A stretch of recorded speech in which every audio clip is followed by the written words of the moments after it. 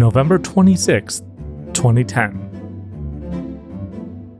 March 26, 2015. These are the days that Glass Reflection and Mother's Basement joined the Tube of Views to share their anime knowledge and goodness with the world. Now, their powers combined, plus Miles. We are here to talk anime. I'm Tristan. I'm Miles. I'm Geoff, and I don't quest for the best. What was the date for Geoff again? Yeah, say that. What was that date again? March 26, 2015. He started on my birthday? That's when he launched the channel. That's the day that I launched the channel. I actually started like... What a wonderful 25th birthday present for me. check my first video, because that's when I considered starting my... I actually did exactly that, because I'm like, I don't think you'd started then. And yeah, your first video was May 14th, 2015. Yeah, I just grabbed the name Mother's Basement because early. Yeah. You knew as a competitor, you knew people were going to be going at it. Yeah, lots of people in their mother's basements needing to talk about anime. Like, honestly, when I started the channel, I was shocked that nobody had that name already. No one would debase themselves like that. If anything, they're N-basing themselves. By the way, I was listening to the episode where you and I were in Japan. Well, I mean, you're still in Japan. Good for you. This morning. And when you made the joke, I'm like, our battler Dumbine proved Isekai has legs. And then you're like, Rayearth proved Isekai got legs. Yeah. What a good joke. I'm sorry to repeat this twice. And pretty topical. Pretty topical, because the newer Rayearth is coming out pretty soon. And they got legs. They do got legs. Damn clamp limbs, man. I mean, clamp long limb syndrome shows up a lot more prominent later on in their repertoire with like Holic, but it still exists in like early Rayearth and Sakura and things like that. I mean, Holic is I think the worst for long limbs. Clamp syndrome. I mean, Code Geass though. Code Geass is long. Their models are longer, but they're not like Jack Skellington long, as Holic, is the case in Holic. But like, I mean, specifically Lelouch is one gangly motherfucker.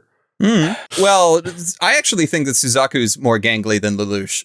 Like the Spinzaku meme kind of proves that. Yeah, you're right. And this is Quest for the Best. Did I say that part? No, you didn't. I don't think we kind of interrupted you there. So this is an anime It's about fine. podcasts, a podcast about anime rather. And we're here today to talk about Sentenced to Be a Hero, which is the first time I've said that correctly in a while. Because it's not a complicated title, but I still keep saying it incorrectly. It's a very Englishy title in a way. And we are not sorry to have made sure that he has completed this, even though he has previously stated he dislikes us doing topics on shows that are not completed. So yeah, when I got to the end of the season, I'm like, I was mad at you guys a little bit, because I'm like, hey, I'd love to, give this a real good list contender. I mean, it's a list contender. Like watching it, I get why you guys wanted me to finish it up. Yeah. And I really am mad at myself for not watching weekly, because it would have been such a treat to watch weekly. Me too. I'm sad I fell off, because I know we're going to probably get into this with the exception of the final episode, but there's plenty of things that are like piecemeal given to you weekly that I wish I was watching properly weekly instead of blitzing like 3/4 of it in the last 2 weeks before the final episode came out, because it's like I really wish that I actually took the time so that I could process each episode, which is the downside of like the Netflix model and our model occasionally of just blitzing through shows at the end to try and catch up on things, is you don't get to process every episode very well sometimes, and like details kind of slip away and don't get lodged in your long-term memory. And that's especially bad once you get to like multi-seasonal things, because then season 2 comes along and you're like, hey, do you remember that detail from a small minute that you watched like years ago? Depending on how long it takes for season 2 to come out. I really hope, on that note, I really hope that Netflix changes One Piece over to a weekly model at some point. Because like, don't get me wrong, it was good, but like imagine Alabasta week to week, right? Also, imagine the last season week to week with like people just freaking out over Tony Chopper for an entire week. I mean, just in general, I feel like giving people time to breathe with content is just the right way to go. Yeah. Like, inevitably, yes, you're going to get to the point where, yeah, everyone's just going to watch it in bulk because it's been out for 6 months. So anybody that's now getting into it, yeah, you're going to have it all there. And that's fine. But, like, I think it's really helpful for almost any franchise or show or series to have that time to build its initial fan base on a week-to-week basis. I will say, little college-age Miles Raccoon discovering Star Trek Voyager was finally put on Netflix, and just like going into the trash can, like, oh, and there's another one, oh, and there's another one, oh, and there's another one, was very good for my mental health. Well, I mean, within Star Trek, I think Voyager is probably the most bingeable. DS9 is the one that I binged the most because of when I watched it, because I watched it last out of all of the 90s Treks. And I kind of wish I watched it more week to week, either like when it was airing or when I was younger. And like when I watched Voyager, technically Voyager was finished and I watched it in syndication. But because I watched it on Sci-Fi, it was like basically I got an episode a day, and I was forced to only be able to watch an episode a day because that's all that aired. So that was at least some semblance of, hey, you got time to process this episode. I remember a lot more individual episodes of Voyager than I do DS9, despite the fact that I like DS9 more. I mean, I think like for some things, the ideal is the Toonami experience of like how they did like Sailor Moon or Dragon Ball, 4 episodes a week. Oh, God. Wonderful. Yeah. 4 episodes I mean, if every day you come home from school, another episode of Dragon Ball. Next time on Dragon Ball Z meant something. And then the kids in the bus on the way to like the water park during like summer school were like, hey, did you know about Super Saiyan 4? I'm like, what Super Saiyan 2, dude? What are you talking about? They import their knowledge of the show from Japan. Oh man. The Pokemon model, that's what that is to me, because we didn't have Toonami up here. You guys have YTV. You talk about it every episode. It's fine. You're fine. Stop acting jealous of me. I mean, so the thing is, the YTV model was like episodes of Dragon Ball Z every day, or like every weekday, every day for like 3 months, and then it went into reruns forever. Yeah. Which was because it was most of my DBZ knowledge from that time period when I was watching it on YTV was just like Frieza Saga. That was kind of it.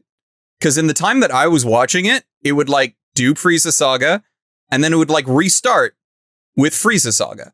And I don't know why it did that, but that's like all of my memory of it. And it wasn't until like a lot later I was like, oh right, yeah, no. I think I occasionally remember going through like Raditz and that very early on, and then like near the tail end of when I watched it on YTV, maybe we got into Cell Saga. But like I watched the Frieza Saga so much because that's just what kept on getting played. Well, that's actually why I watched the Cell Saga so much, because I was so sick of that and I wanted to progress in the story that I begged my mom to go on, because we couldn't afford like the VHSs, or I think the DVDs were starting to come around at this time too, but we couldn't afford them new, but we could afford them used. So I got, I'm like, I found eBay. I'm like, Mom, I need these. Buy me this box set. Here's my own money. I am giving you my own allowance money and the money I've done for like odd jobs and stuff. I need to own the Android Saga and Cell Saga so I can finally watch them all every episode. Man, you're so lucky you were able to do that. My mom was like, I don't trust putting my credit card in the internet. Yeah, neither did my dad. And honestly, to be fair, if either he or me decided to go and try and buy anime on eBay, I guarantee you I would have ended up with a lot more bootlegs than I already did. Because we wouldn't have known any better. Like even when I was in high school, I saw bootlegs. There was a place in Southern Ontario, I think it's called Pacific Mall or what have you. They sold bootlegs. And like anyone at my high school was just like, yeah, look, you can get this whole like 25 episode series for $5. And everyone's like, that's amazing. That saves me so much money compared to going to Future Shop and buying the FMA discs at like $25 a pop for 4 episodes. Like, yeah. My wife lived abroad when Seed and Seed Destiny were coming out. And she paid, I think, $2 equivalent for all the DVDs of that as it was coming out. Like, just on, like, DVD-Rs. Like that's Yep. how she watched some anime. It's Yep. like, yeah. It, Yep. Like the thing that drives me crazy is people are like, piracy is the reason why anime exists. Yes. But we're still at the point where the median anime fan now came in during an era where you could watch anime legally, and most people still got their start legally, right? Like YTV for y'all, Toonami for me. We like, it's like piracy was how we open, like the door had already been opened for us. Piracy was how we smashed it all the way open. And there was a little collateral damage on the way in. Anyway, Just a little easy bit. We're still on the intro, right? Yeah, this is still intro. We should move into the question of the week. The question of the week. I'll take the question of the week if you don't mind. Yeah, go ahead. The question of the week. Tristan, how far into Chrysalis have you gotten? This comes from Geoff from Tokyo and Miles from California. Hold on. I should have opened this beforehand, and I will tell you exactly how far I am in Chrysalis. I have doubled the amount of Chrysalis since the last time we spoke. But I am still only in book 1. I am now on chapter 53. So I'm about halfway through book 1. Geoff, what is Chrysalis for the listeners at home who may have missed the last time we talked about it? So Chrysalis is... The last multiple times we've talked about it.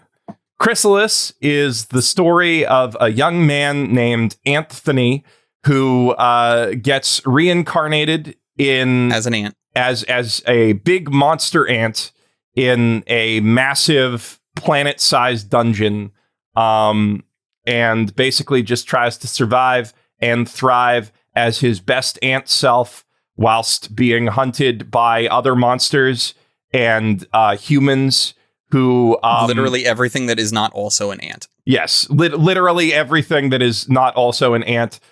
So, structurally, it's about that. Metatextually, it's about how ants are the apex predator of Earth.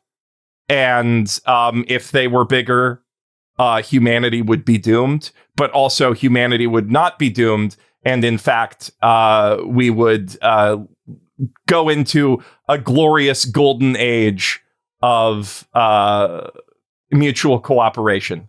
And it would be just like the 1952 movie, Them! ! Yes, pretty much exactly like that. And so these two guys have been on my bum about reading this because they started trying to get me to do Carl, and then they moved on to this, and I have this, and I've been trying to get through it. But as with most things, as with most season 1s of Star Trek, for example, it is a lot harder to get into than later seasons and later books, as I've been assured. And this first book has been a little difficult. So I tune it on in the background while I'm doing some other, like, either mindless game or something that I don't have to think. Mostly because I can't pay attention to both the audiobook and thinking at the same time, because I miss things. And then I'm like, oh, I got to go back. Okay. And then I take a lot longer to get through them. I put audiobooks on whenever I'm doing thumbnails. Yeah, I know you've mentioned that, but it's like, I don't think I'd ever be able to do that when I'm doing thumbnails because I spend too much time actually thinking about my thumbnails, and then I'm not paying attention to the audiobook at all. I really need, like, the thing that works for me is some semblance of a video game where I don't need to think about what I'm doing and I'm just doing mindless things. No Man's Sky earlier this year was great for that for me. Currently, I'm going through Arknight's Enfield a bit, doing a bunch of that. And it's like a lot of just mindless, like, still enjoyable stuff, but mostly mindless that I can just not pay attention to, and my hands just use the controller and go. And I just have the visual stimuli of the game. I turn the sound of the game off so that I can listen to the audiobook, and that seems to work well for me most times. See, I can't do it while, like, editing assets. Like you, Geoff, that sounds crazy. And video games, I need to be doing something, like, truly mindless. Well, I mean... It's really hard for me to multi-source like that. It probably does slow me down on the actual, like, thumbnail design, but like, I do it while, like, carving out the pixels to, like, extract an asset from a poster or something like that, which is, a lot of, like, really tedious work. And I mean, I could use, like, remove background to get, like, 90% of the way there sometimes. I mean, I usually use something like that to get a lot of it there, and then you just go in and touch up when you can. Yeah, it's just, I don't know. I find a lot of the time I spend as much time like fixing bits that get taken out, and then like I miss something, and it's I mean, it's thumbnails. I probably shouldn't try that hard, but y'all saw how good my spring sequels thumbnail was with the like. You've also told us your click-through rate, so like I have to respect the game, Geoff. Like you are legitimately good at this thing. So is 4% that good? Yes. Because like YouTube's like some people get up to 10%, and I'm like, yeah, the outliers, the people who they could literally. They could do the song one and not make a thumbnail at all and just use the automatic thumbnail, and people will click on it and probably get an amazing click through rate. I don't know what song one's click through rate is. We should ask him sometime. We should. His probably isn't that good because like he does those like videos for him, like the board game videos and stuff that like. Well, yeah, but his sketch videos, like he doesn't make thumbnails for those either, and they get millions of views. So yeah, like, but I mean, someone with a fake mustache, people just click. I will always click.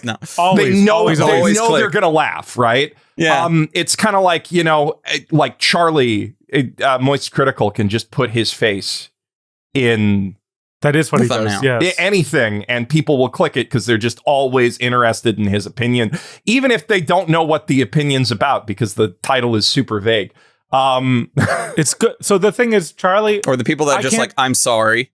I can't complain about Charlie. Well, that's a trick.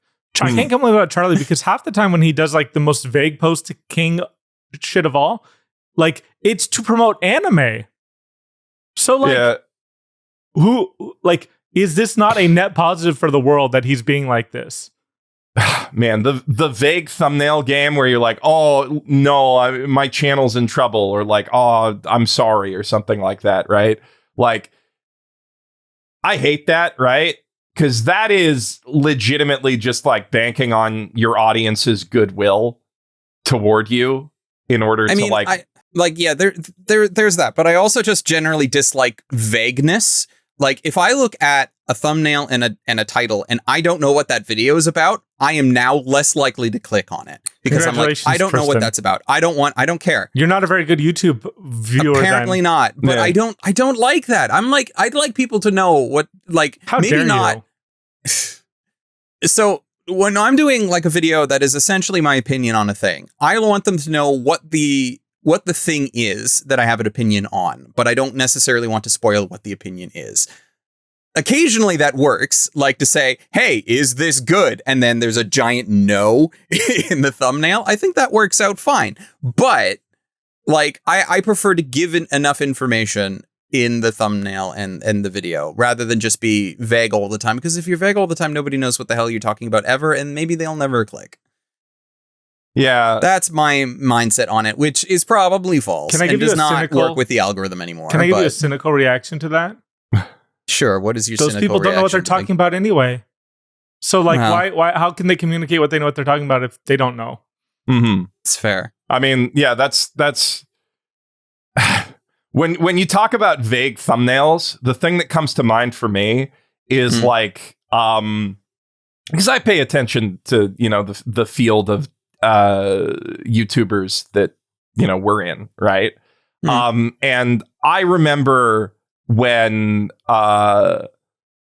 Nuxtaku's anime content was imploding because he had anime content. When was that? Yeah, because when people just stopped wanting to listen to that, he tried like everything to try to get it back. And if you go back through his channel, you can see these like different eras of like, at one point he posted like a black thumbnail with one white word that like got attention, and it was like his channel was in trouble or something, right? And then he did that like 4 more times because it got views the first time, right? I miss the times when all you really needed to do to get clicks in the anime space is just put a nice old big pair of anime titties in the thumbnail, and that's all you needed to do.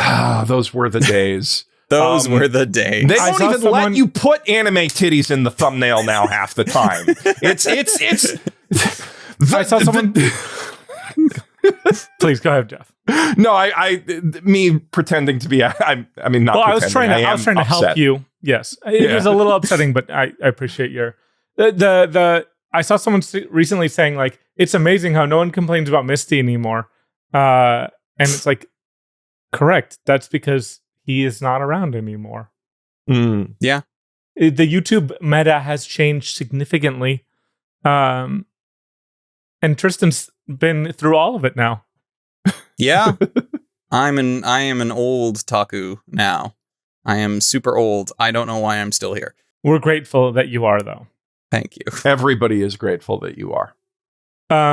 So, Chrysalis, you're still not enjoying it.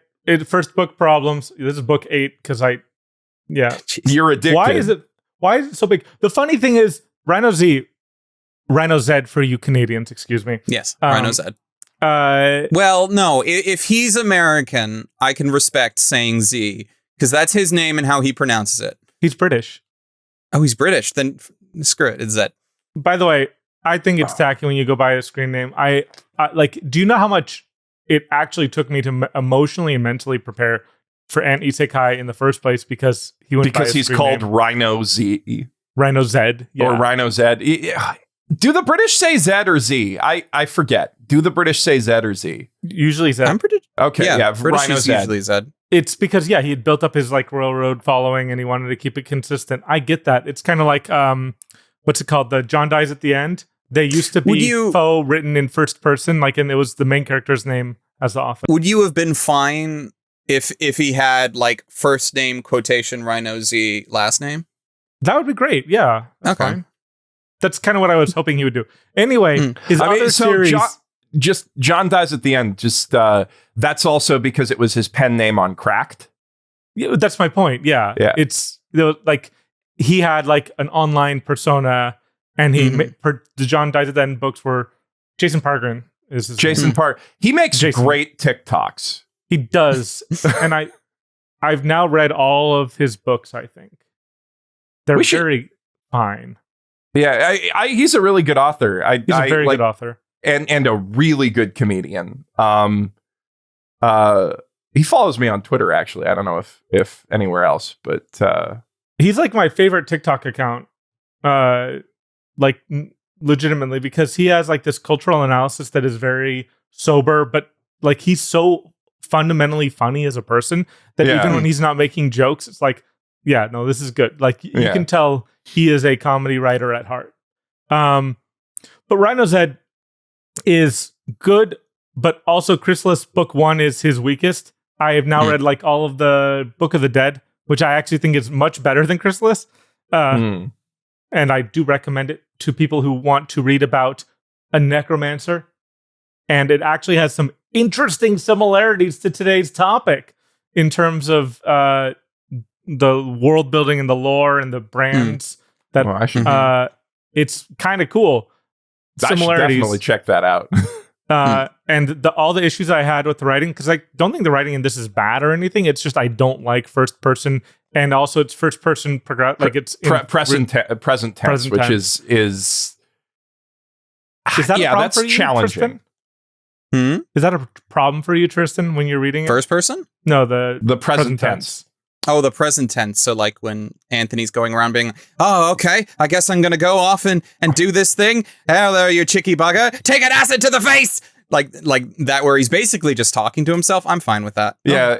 It adds a certain immediacy to the action. And like, it does get Anthony's personality across. It does. I mean, but I do feel like in this particular case with this book, it also makes some of the weaker parts of the book worse.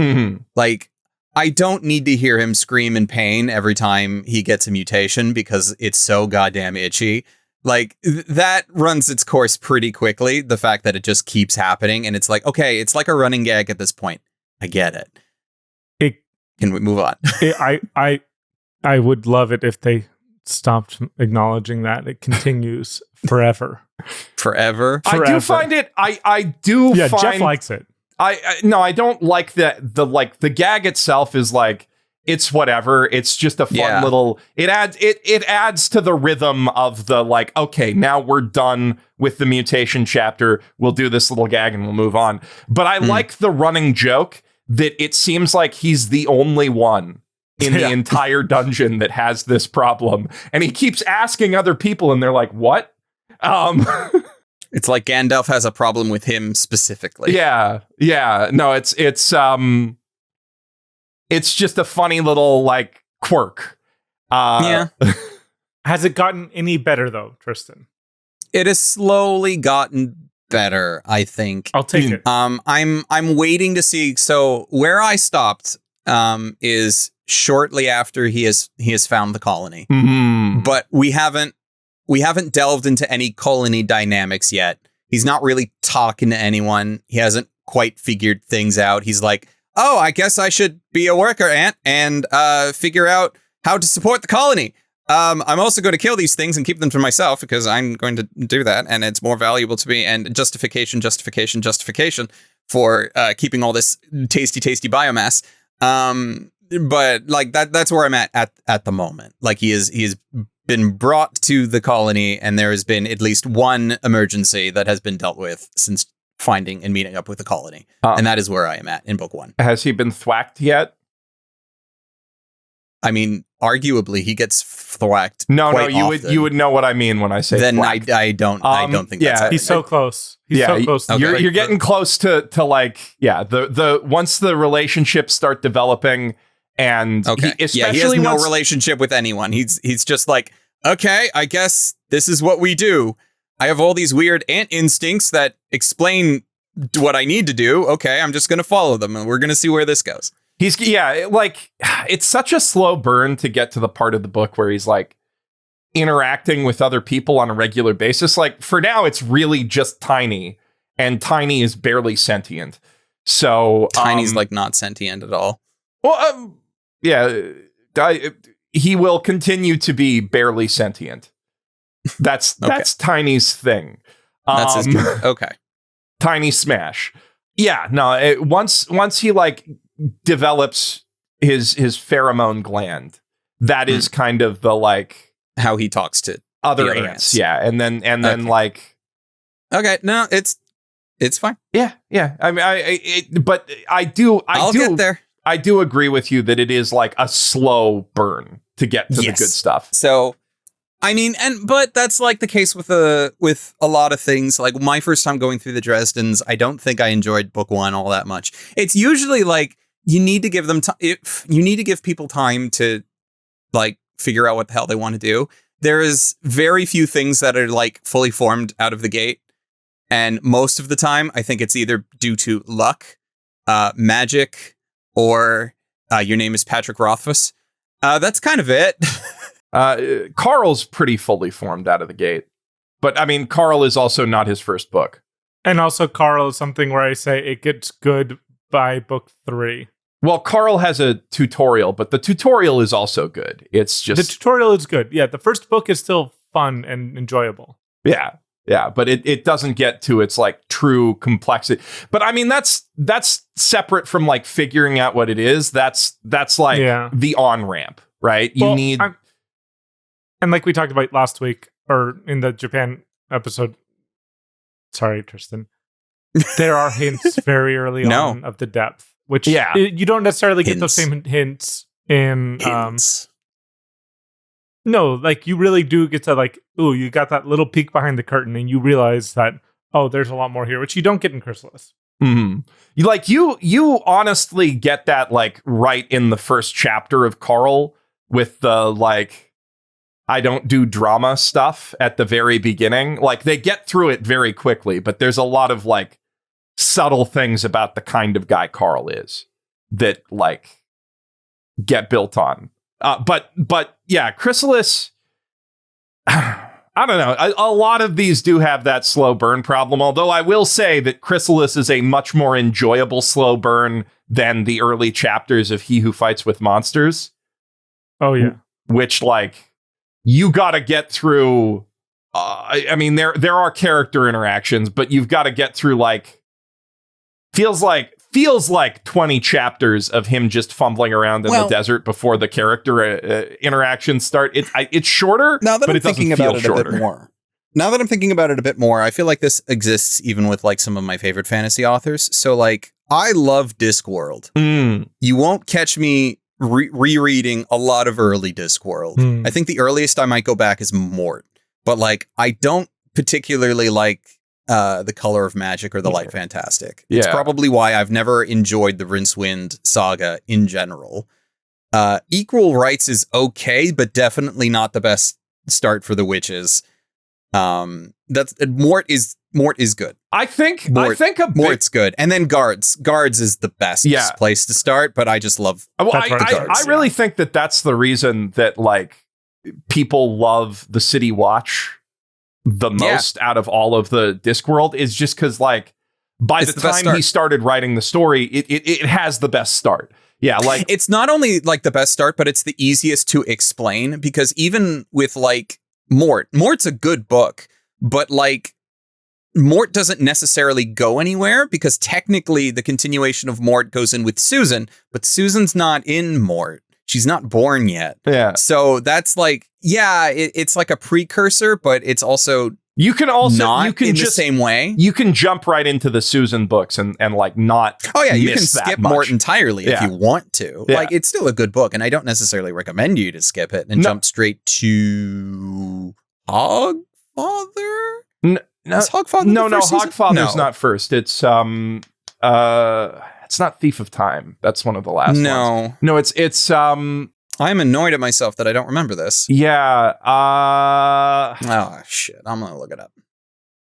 List of Discworld books. Give me them all. Soul Music. Soul Music's after Hogfather, is it not? No, it's before Reaper that one. Man is before Hogfather. Hold on. I don't think it was No, Reaper it's Man, Soul Music. Soul Music introduces Susan. Is that really? Reaper Man might be before that and the one that sets up. No, Mort. Okay. Mort. It goes Mort is first. Yeah. And then it's Reaper Man, which is technically the next Death book. But I don't think Susan's in Reaper Man. No, Susan is born in Soul Music. Soul Music. Okay. So you've got the two books with Mort. There's the Mort duology, and then the Susan. Yeah, and then you trilogy. get into Susan stuff. Which is, and that's a little bit harder. I feel like if you're trying to recommend a good starting point, Guards is the earliest and one of the better ones. Then like jumping in if for someone now, like jumping in with like We Free Men and Tiffany's a good starting point. For a lot of the people. kids, if you're a kid, definitely We Free Men, I think is, We Free Men, Hatful of Sky, all great stuff. Or great stuff. I mean, the thing is you can jump in at the start of basically any of the character sagas, even the Moist saga, if you really want to. No, you can. I mean, I wouldn't necessarily say that you should start with Moist if you've not read any Discworld at all. But I mean, you can't go wrong with it. Yeah, it's I mean, like it builds on other stuff, but it's also its own independent story. But like I would say like the worst ones to start with is probably like Unseen University. I just never liked the Unseen University guys. Yeah. Like here's the thing. They have good scenes. There are certain scenes that are absolutely amazing and some of the most quotable things in all of Discworld, but they're just scenes. I don't find that they work well as like overall stories compared to like the Watcher thing. I don't know why we're having this big Discworld off-topic thing when we should be talking about anime, but Discworld and Terry Pratchett is great. Yes. Go read Discworld. I will say kind of like my favorite reading order, looking at the Discworld reading order guide, because it says don't start with Moist, and I kind of do agree. Yeah, I wouldn't start with Moist if you've never read any other Discworld. I feel like there are better places to be introduced to Discworld. But Moist is still a very good place to read at some point. But I think the most peak reading order on the reading order guide, in my opinion, based on what I've read of Discworld, which isn't everything. I don't think I haven't read any of the Witches books, which I should definitely do, but that's because they're kind of on their own separate timeline. I've read, I think We Free Men when I was a kid, but yeah. The Ancient Civilizations and History Monks path, which goes pyramids, small gods, Thief of Time, Night Watch, The Truth, then Monstrous Regiment, going postal, or you can go to Unseen Academicals from The Truth. That is like just the best vertical slice of what makes Discworld rule to me. I mean, I'm sort of okay with that, but then the first Guards book you're watching is Night Watch, or you're reading is Night Watch. And I don't mind Night Watch. I think Night Watch is a very good book. But I don't feel like you should start the City Watch with Night Watch. I mean, I don't think that would. My experience with Discworld was like a lot of out of order stuff. Just because like I got the books that I could get at my local bookstore, and I think the first I just pulled them off of my mom's shelf because she had them all, and that's usually how I ended up doing it. But eventually, I found like an order. So I think like when I read the City Watch, I read Feet of Clay and Men at Arms in reverse order. Yeah. Which probably messed up some of my reading a bit because there's a lot more characters in Feet of Clay because they all got introduced in Men at Arms and they assume you already know who these people are. I think I read Men at Arms first, but like the one that I remember. That's how you're supposed to. The one, Guards. Well, Guards, then Men at Arms. Then although you can also play the Discworld point and click adventure game instead of Guards, which is very funny. I'm sorry, Miles. I know that you've kind of been locked out of this conversation slightly. Hey, I've read 3 of these books, and you've mentioned them all. You guys do this to me with Star Trek all the time. True. I'm not complaining. I'm just vibing. It's fine. I think I read Thud before most of the other Guards books. Thud is a really good. This is my first hardcover Discworld book, and I thought it was so on the nose. Thud. The only problem with it is that I did actually get a copy of Where's My Cow, and I was actually quite disappointed in Where's My Cow. I was very much hoping that it would be a much more entertaining book than what it actually was. Put it right there next to Snuff. Because I also have Snuff in hardcover. Those are the only 2 Discworld books I have in hardcover. Everything else I have in the old school. This is the cover. I've pointed this out on the podcast before, but this is the art style for Terry Pratchett Discworld books that I want for every book. That will never happen because the illustrator stopped doing them, I think due to health reasons, because he was getting up there in age at the time when they started doing it. So there came a point where he stopped doing the artwork for Discworld, and I was very sad.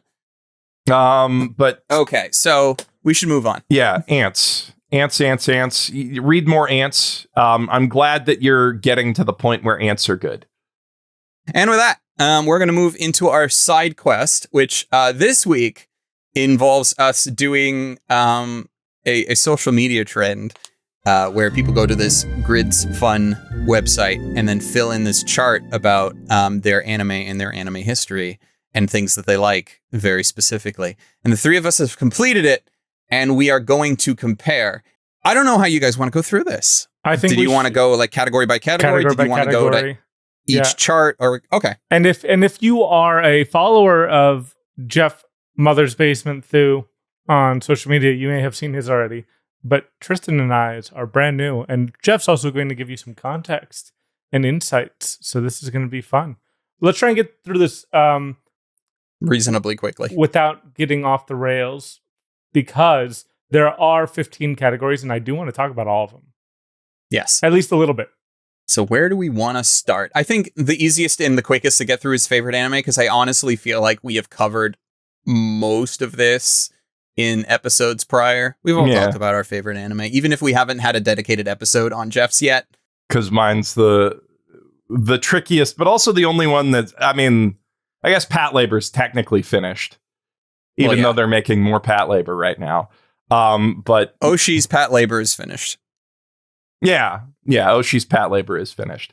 But yeah, so mine... That's like saying they're making more Ghost in the Shell, so we can't talk about Ghost in the Shell. I'm like, okay, we're okay.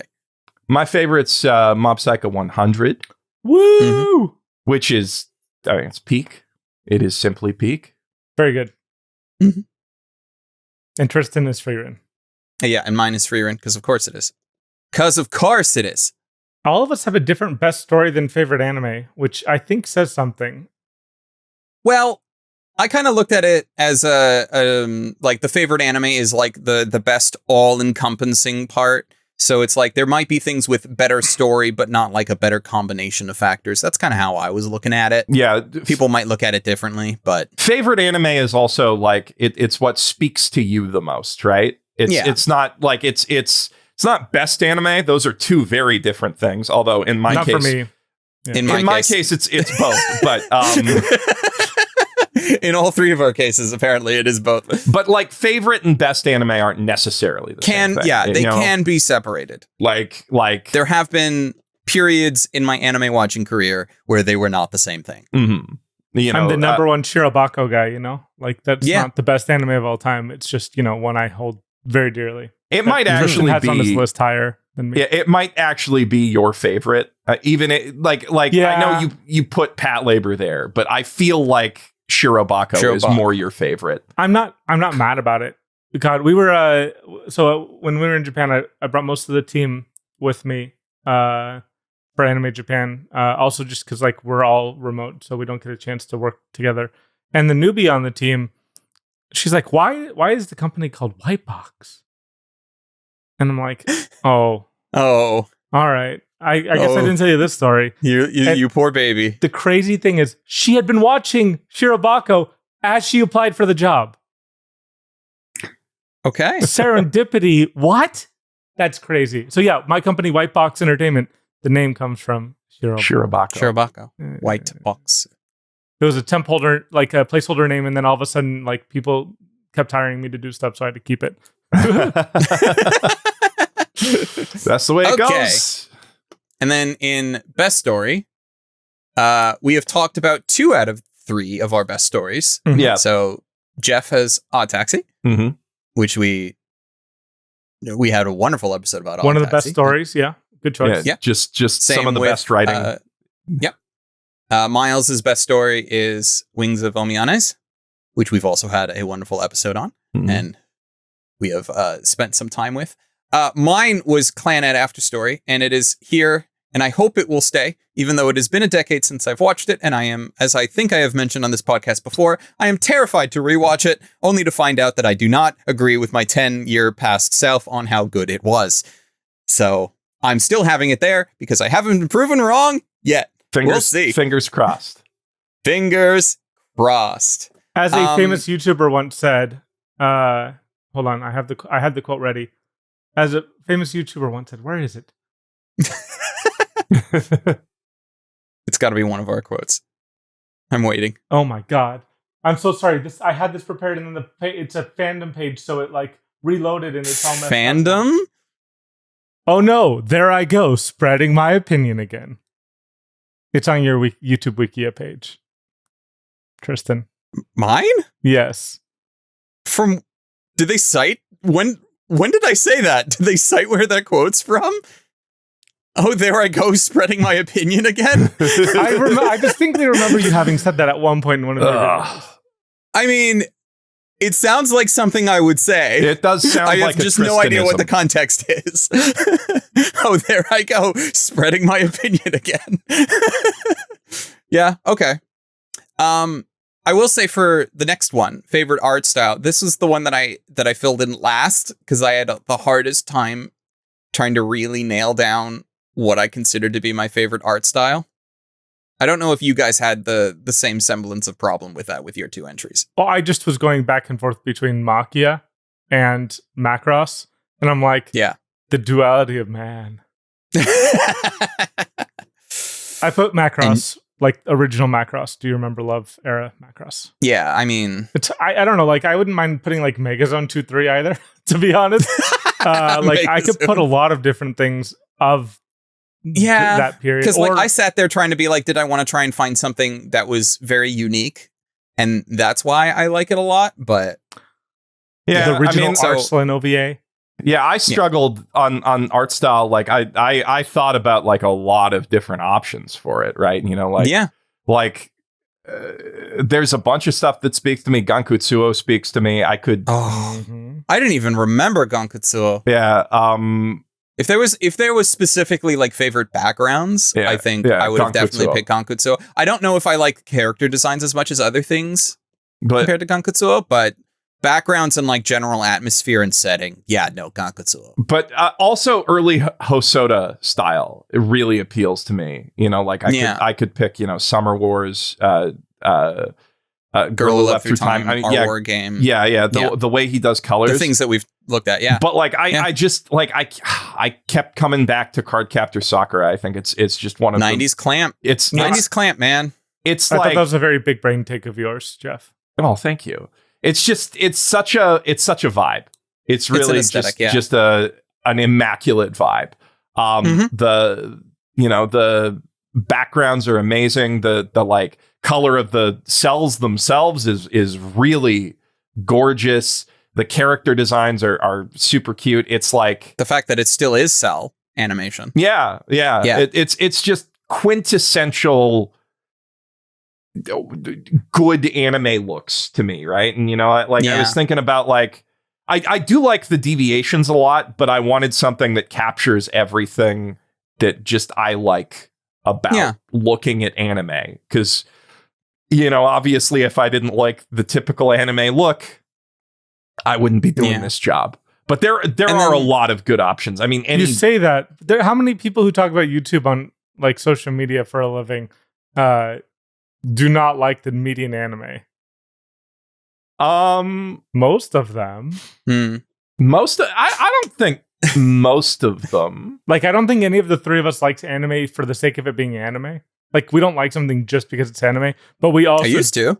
Yeah, I used to for a really long time. That was defining for my childhood.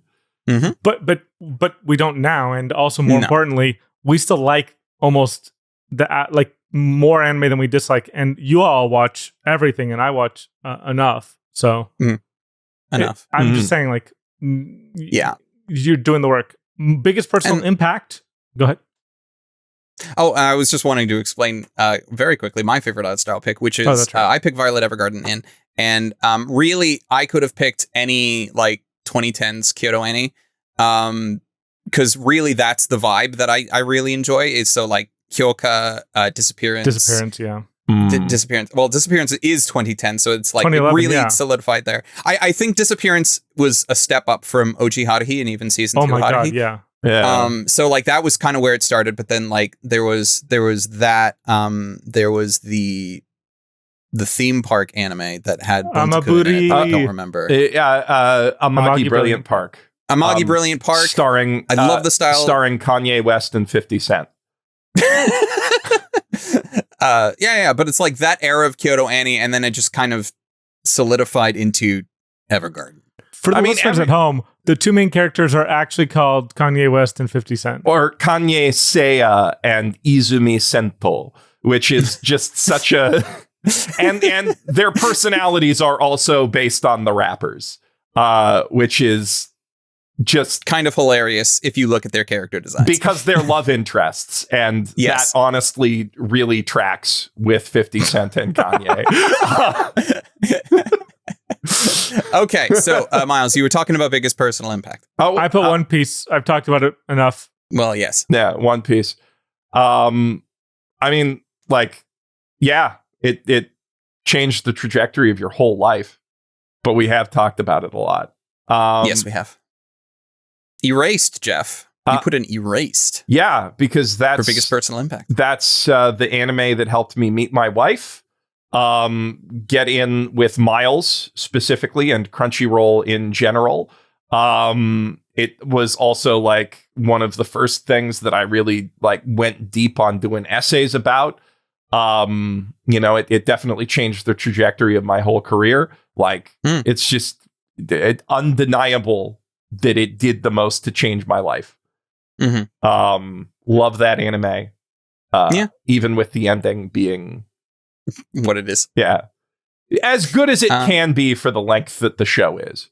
Yeah. That is a series that I think did deserve to be a full 24. 16. It should have been 16 I was episodes. going to say, it did not need a whole another core. 24? Yeah, 16 episodes is exactly what it needed to cover the manga properly. Well, Tamina also was doing 11 episodes at that time. And like even a 12th and 13th would have really gone a long way. They could have also, like, the episodes that they had and a movie would have worked really well. But, we didn't have that format back then. So No, we didn't. And then in my case, I have a spoonful of moe helps the tragedy go down, and that is Made in Abyss, because that was at a period where I was nearly close to just being like, I think I might be done with this whole anime thing, because I hadn't had anything that like truly spoke to me in a long freaking time. And then I watched Made in Abyss, and I'm like, no, okay, we're so back, and we haven't been over since. Made in Abyss is just peak for me. Mm-hmm. For best fight scene? Fight scenes was also very difficult. This is hard. Well, because here's the thing. At first, I was like, all right, do I just try and figure out what my favorite single fight scene is and then just put that show? Or do I try and find a show that I literally just love all of the fight scenes for? And that's what I picked. And that's why Black Lagoon's on mine, because I don't think there's a single bad fight scene in Black Lagoon. I can't say that there's no part that I am not absolutely jazzed to rewatch at any given time. It hasn't happened, but if YouTube fed me shorts that's just Black Lagoon cutscenes, I would watch it every freaking time. So the interesting thing here is that I was going to put Berserk, but I haven't actually watched the 90s Berserk. That's an episode we got to do. Absolutely. I mean, yeah. I mean, I've read the manga, so but like the 90s Berserk, one of the issues that we're going to talk about in today's main topic is about fight scenes being important to revealing the character's inner, like their inner demons, the place they're currently at in the story, and having each fight progress their character in a way that is like in any Jackie Chan movie from his golden era, right? Like every fight will characterize everyone involved and also move the plot forward and also represent some form of character development. And like a musical, but with punching. Correct. Which is why I think Jujutsu Kaisen's actually like the best pick here, which is Geoff's, because it does do that, but I just haven't watched very much of it. I've only watched the first season, a tiny bit of season 2. I put Redline because to me, a race is a fight scene. Yeah. And Redline's just like I can't fight that argument. The best action movie of all time. Yeah, no, I'm down with that argument. I don't disagree. I like it. It's really tough to beat JJK for me. Like if we're talking just manga, I think you can make the case for Bleach. Vagabond. Yeah. But Chainsaw. Chainsaw doesn't really. Chainsaw is a horror anime that uses fights as a vehicle, or a horror manga that uses fights as a vehicle. I love the Chainsaw Man manga. I've never cared about the fights. Yeah. Okay. It's like, yeah. I that's not its standout reason. It's not okay. It's not shonen battle, and like for me, I feel like shonen battle. You guys picked a seinen series and a movie respectively, which I think are both very respectable picks. Like I need to watch all of Black Lagoon, but what I've seen of Black Lagoon is just like very, very good action movie choreography every single episode. Yeah, I mean, I used the poster for season 1, but really I probably should have just plopped in Roberta's Blood Trail there because Roberta's Blood Trail. I gotta we gotta get there. When we do the Black Lagoon episode, I'm gonna be very happy. Yes. You guys picked the same thing for Overhated. But we did. I didn't get to I didn't get to talk about We've talked about JJK. We're going to talk about JJK soon. It really does. And we're also going to talk about JJK soon. Yeah. It really, it does just have the best fight scenes of any shonen I've ever seen. And to me, shonen is the quintessential anime action. But yeah, we did pick the same thing for Overhated. Yeah. Both me and Geoff put in Mushoku Tensei for Overhated. Which I agree with, by the way. It's extremely enjoyable. It's, yeah, like, It's one of the best fantasy anime of all time. Just straight up. It is the godfather of isekai. I'm still shocked I watched so much of it just like without any like motivation or reasoning. I just like, oh, I want to watch another episode. Oh, I want to watch another episode. Yeah. Like I just had a good time with it. Sorry. Yep. I put Metropolis. What's your reasoning for Metropolis? Well, it is deeply hated, and everyone who hates it is a coward. Yes. I don't hate Metropolis. I like other works by the man. I don't pick on Metropolis a lot, but I did the one time that I watched it. I didn't dislike it. Yeah, it was a perfectly okay movie. People have an issue with it, and I think that there are some fine criticisms. So this is the Rintaro movie based on the Tezuka manga, and it takes a lot of liberties from the manga, and is really its own thing, which itself takes a lot of liberties from the at one point lost media of the Fritz Lang 1927 film of the same name. And I, in college, watched both Metropolis films, the 1927 one and the 2001, the Rintaro one, back to back. And I'm like, I love cinema. I fucking love cinema. Yeah. I have no issues with Metropolis, though. I'm sure somebody will dig up my close to a decade old review of it at this point and find out that, oh no, I actually hated it at the time or something, or I spoke ill of it. But I don't recall having any negative thoughts on Metropolis. I just don't feel like I loved it. It was one of the Blu-rays that I got when I was like getting into anime and like watching movies, and like when I think back on it, I just don't remember that much about it. I remember liking Tekkon Kincrete more. That's crazy. That's crazy. I love Tekkon Kincrete, but like Metropolis is cinema. And I mean, so here's the thing. In the popular consensus, I think if you put out a poll right now, most people would say that Metropolis is not very good. Like, I really do mean, like, within the anime community of people who know what I'm talking about. But like Roger Ebert said, one of the best animated films I have ever seen. It's gorgeous. It's gorgeous. I don't remember. Was that before or after he watched Spirits Within? This would have probably been around the same time, actually. Huh. Oh, okay. Dude had a great year for anime. Based Roger Ebert. Underrated Geoff. Girls Bravo. Yeah, okay. Yeah, absolute, like, so Girls Bravo is the first anime ever directed by Aoki, the director of Fate Zero, our Recreators, Gare Zero. There's a lot of things with Re and Zero and in them. But not Re-Zero. But not Re-Zero. Somehow not Re-Zero, but almost every other anime with a Re and or Zero in the title. And it invaded. I love Aoki. He's probably like my favorite TV anime director. I will be seated for anything he makes. I love Overtake. I miss It Invaded. I really wanted that to continue.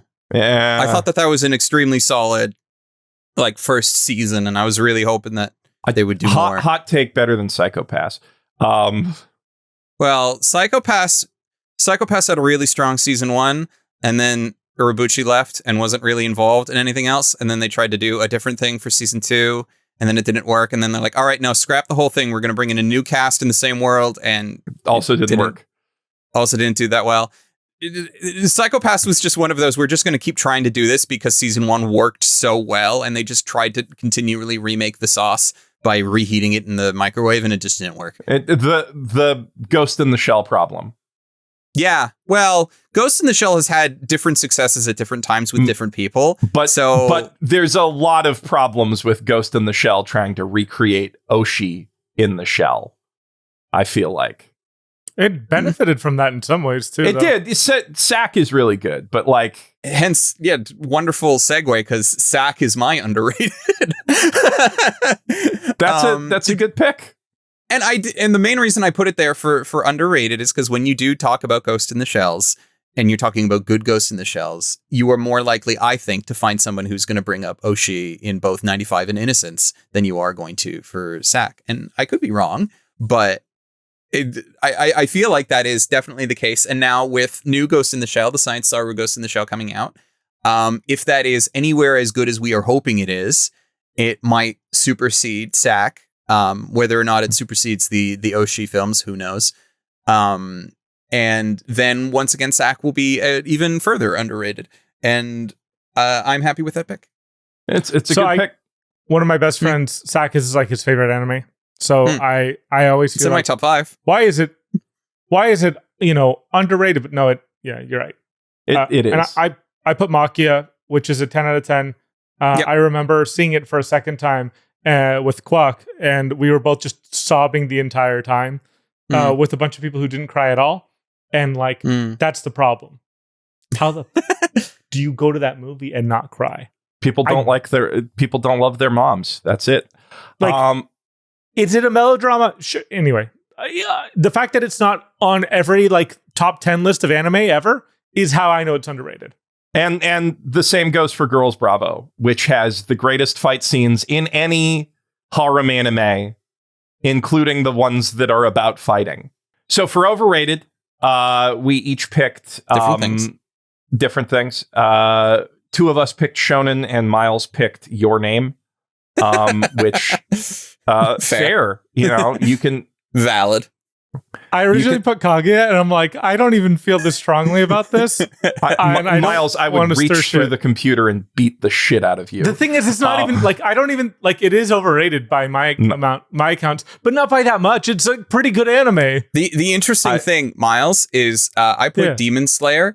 I almost put JJK. But the reason why I didn't is because we're going to be doing JJK pretty soon, and I don't want to be putting foot in mouth right before going through JJK to determine, oh wait, no, actually it's okay. Yeah, you would have your foot in your goddamn mouth. But having only seen season 1 of JJK, I would not necessarily feel bad about putting that in the overrated slot. But that's like having only seen Naruto up to before the exams. Oh, so when there wasn't a bad episode. Okay, there are a really bad example. When Naruto had not made any mistakes yet, and was still lovely and had all this potential and beauty to it. No, anyway. Naruto is really good through the exams. The exams is the best part of Naruto. Mm-hmm. The exams are really, really good. Actually, it's more like having only seen the first season of Hero Aka. Actually, that's not true, because JJK's first season is really good. But it's better. I don't know. Hero. Yeah. What? I don't know when you last saw it. What? Season 1 when it aired? Yeah. Okay, so it's been a while. Yeah. And you put for my overrated Geoff, 7 Deadly Sins. Which is correct. I thought about a lot of ones. I could have put Demon Slayer. I thought about Demon Slayer. I thought about Naruto. Yeah, I put Demon Slayer. My thing with 7 Deadly is I actually really liked the initial season of the 7 Deadly Sins. I actually thought the initial season was really good. That's the thing. That's how it gets you. Yeah. But also, the reason that 7 Deadly Sins is there is because I do think it's the most overrated anime of all time. When people are glazing Solo Leveling to the moon, that's another one that I thought put in there. Yeah. But when people glaze Solo Leveling or Demon Slayer or anything, and they're like, this is the greatest, most cinematic thing I've ever seen in my life, that is an overrating, but that's a watch more things thing. Yeah. When people say 7 Deadly Sins is good or even mid, that is a level of cope that borders on psychotic. Beyond season 1 anyway. I will defend season 1 of 7 Deadly Sins. I think that's a very good season. I can't defend anything beyond season 1. If you can't even really defend season 1. I can't. If you go back, so the thing is, I thought season 1 was okay. I thought it was fun and then got bad, and I was like, oh, they clearly did a Blue Exorcist type thing where they rushed the last few episodes of this, in order to have a conclusion to a story that was supposed to go on longer. That's what I thought. And then I read the manga, and no, that is just how 7 Deadly Sins is written. Yeah. The first arc of 7 Deadly Sins is written like the first season of Blue Exorcist, including the anime original ending where they completely ruined it. which is wild. And it just gets worse from there. It is, bar none, the worst battle shonen of all time. And anybody who likes it is wrong. And a lot of people at least are like, it was okay, which is the most incorrect anime opinion that anybody can have. We're going to have to run through the next couple. Yeah. For age 12, Geoff. Gundam. It speaks Tristan. for itself. Azumanga Dao. Still good. And I put... Is that Rosa Fasai? No. No. Belladonna of Sadness. There you which has like actually like really... In retrospect, it's better. Criminally Overlooked. Jeff's talked about this one, but Baby Steps. Did one of my favorite sports anime. I could have put Chihaya Furu there too, but Baby Steps. Chihaya Furu. Because you also overlooked it.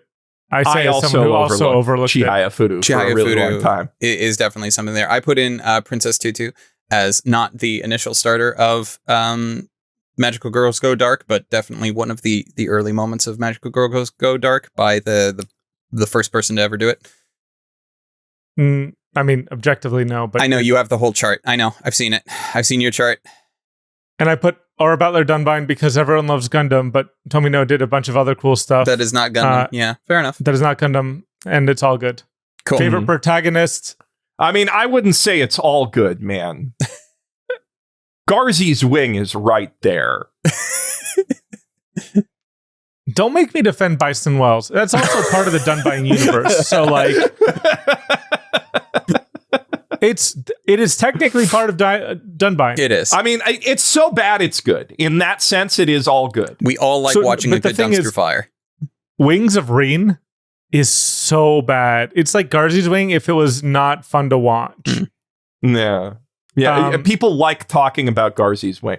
There are a lot of bad Tomino things. I mean, not a lot, but there are some real stinkers in Tomino's catalog. Favorite protagonist, Geoff? Irresponsible Captain Tyler. I feel like that needs no explanation to you Justin guys. Ueki Tyler is okay. Yeah. But to the rest of you, imagine if Mr. Bean could talk and he was made the captain of the Star Trek Enterprise. Or the Starship Enterprise. I don't know if I would consider the Soyokaze like the Enterprise. The Voyager? You know, like he's maybe more like Voyager. He's the president of, or the captain of. He's the captain of a generic Miranda-class Starfleet vessel. Yeah. He's a Starfleet captain. It's a Miranda class. It's not a Constitution. Imagine if Mr. Bean was a Starfleet captain and also like a genius. Mr. Bean isn't like the best, but we don't have the Tyra Goofballs. movies, the classic Japanese movies that Tyler is actually based on. Miles, I put Ginkgo from Mushishi. Yeah, that's a good pick. Yeah, which easy enough. And Tristan, I have the duology from Steins Gate of both Makase Kirisu and Okabiri Intro. Because they are both the protagonist of Steins Gate and they are both peak, especially together. It's a good pick. Favorite antagonist? Geoff, you almost stole mine. I was 50-50 on this one. I would argue that Geoff has chosen incorrectly, based only on his poster pick. If I had not... I picked that poster because it shows Dio. Because it shows Dio, but like I would say that if the argument is that Dio in Phantom Blood is better than Dio in Stardust, I believe that is objectively incorrect. No, it's just Dio. Just Dio in general, throughout all of JoJo. Dio, I picked that one to because it's the start of Dio, and like, and when he kicks a dog, you clapped. Yeah, yeah. When he kicks a dog, yeah. When he burns a dog alive. Bravo. When he kisses a girl who doesn't like it, that's not okay. We don't clap for that. But he did it for gay reasons. So it's then sure. Then he did it to get back at another guy. It had nothing to do with the girl. It's pure haterism.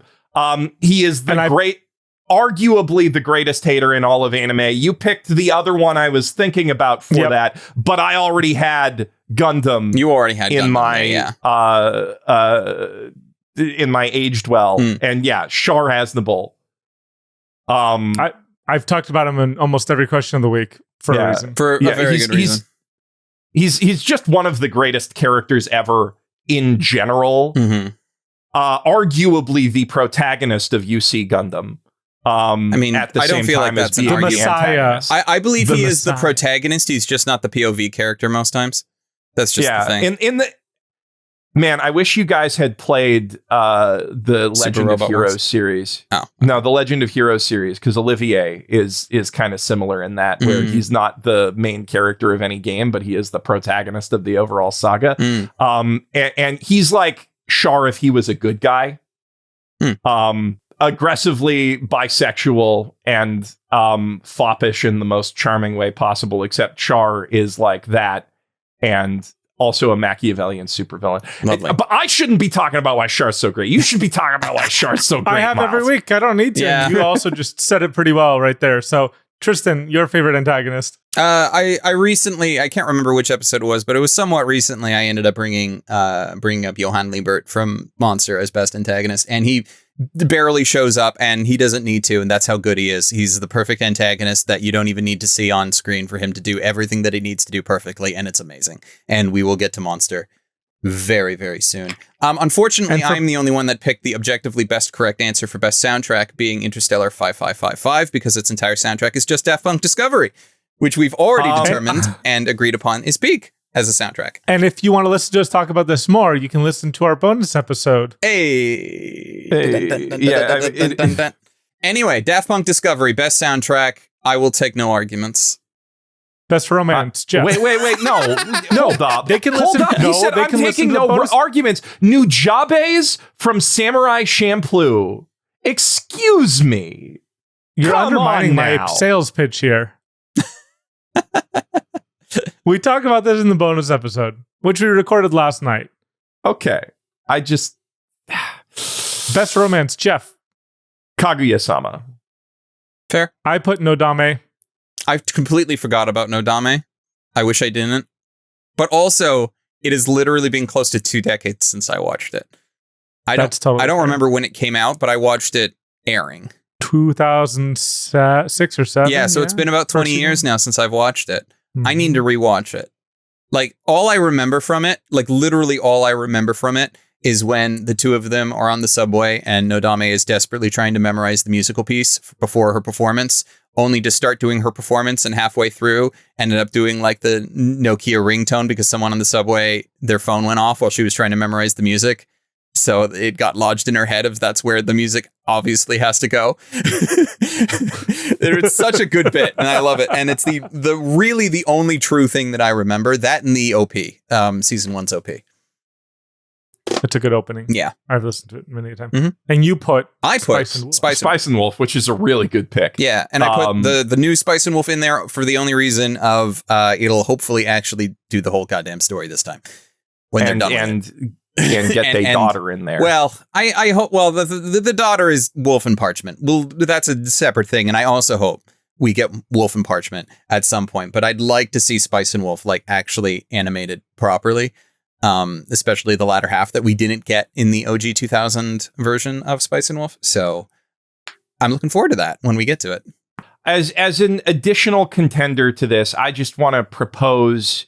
Even though it goes on way too long, I feel like Inuyasha deserves some props just for like, no, because like the thing is, everybody who watches Inuyasha is like, for an entire year of episodes, you'll be like, oh, I can't wait to see if Inuyasha and Kagome finally get together next episode. And it just manages, like, no matter how far you get into it, you keep feeling that way every episode.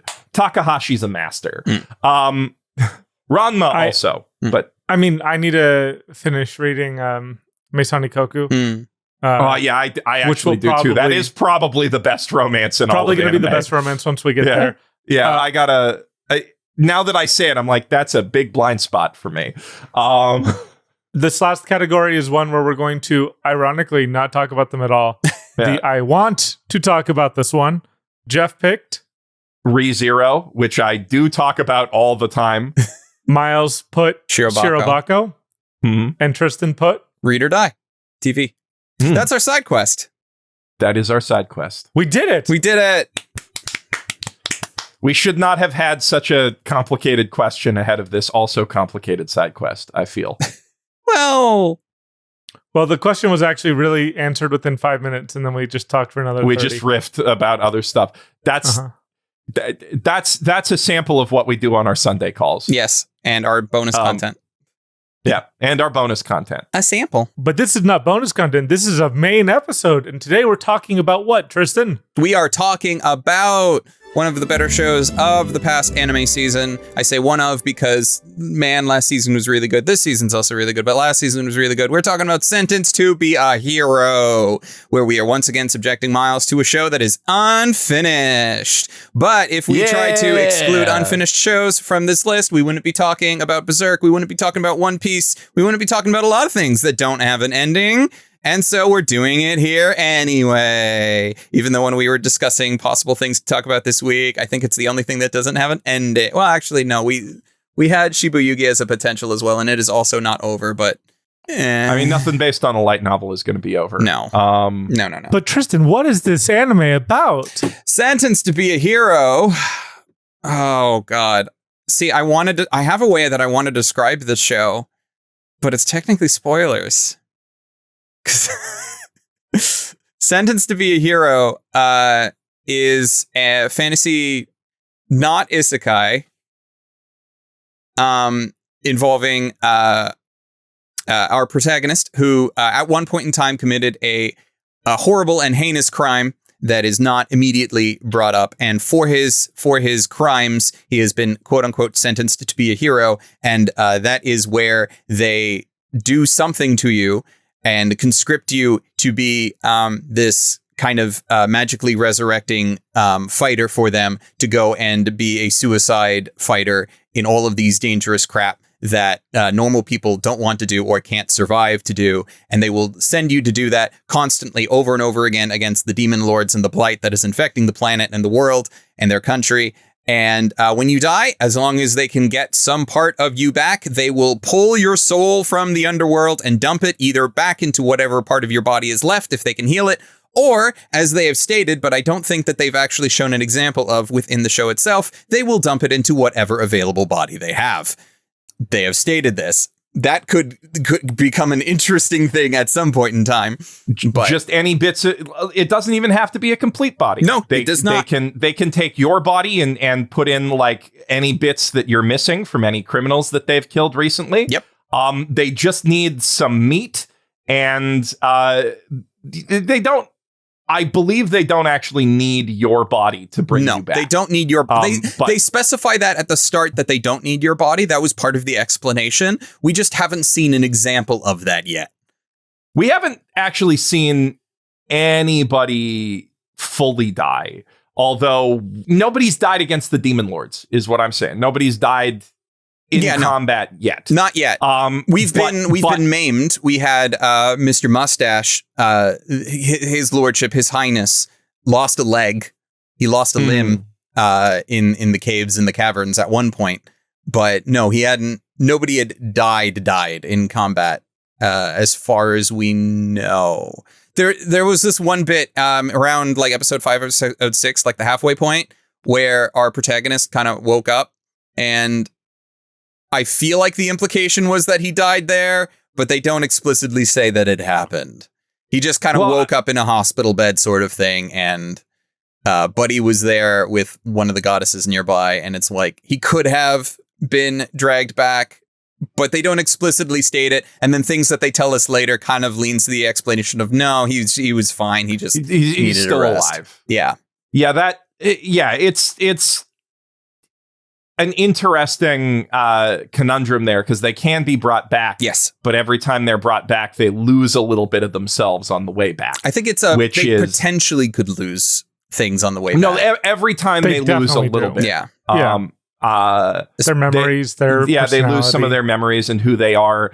And there's one character in it, Tatsuya, which kind of gives away Tristan doing the air quotes around not an isekai. Yes. There's this one guy named Tatsuya who's been brought back a lot and there's basically nothing left of him except just bloodlust, and he's essentially a zombie, a mindless zombie ghoul. Yeah, he's not in a good way. No. And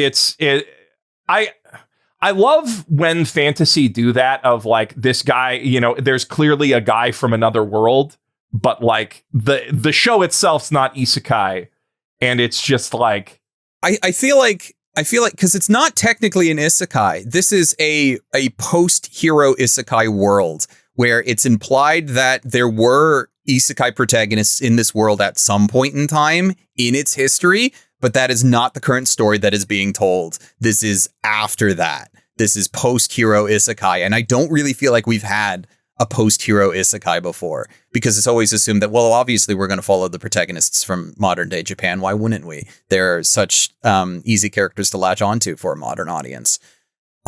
Which, I mean, Sentenced to Be Your Hero, I feel like does an extremely good job in episode 1 of latching you onto all of its main characters. Like technically the 4, though the thief hero guy kind of disappears for a handful of episodes, but like he still gets a decent amount of characterization in this first episode. And him disappearing is also kind of characterization, because he's the flightiest of them all, yeah. The flightiest mother effer in the whole show. Thank you. Can edit that in. Thank you. Editor Tristan's good at this. Okay. I am good at this, but there are times, man. I mean, when I went through not your Japan episode, but the one that we did before that, holy crap, all of us swore so much more than normal, and I did not feel like that was the case when we actually recorded the thing.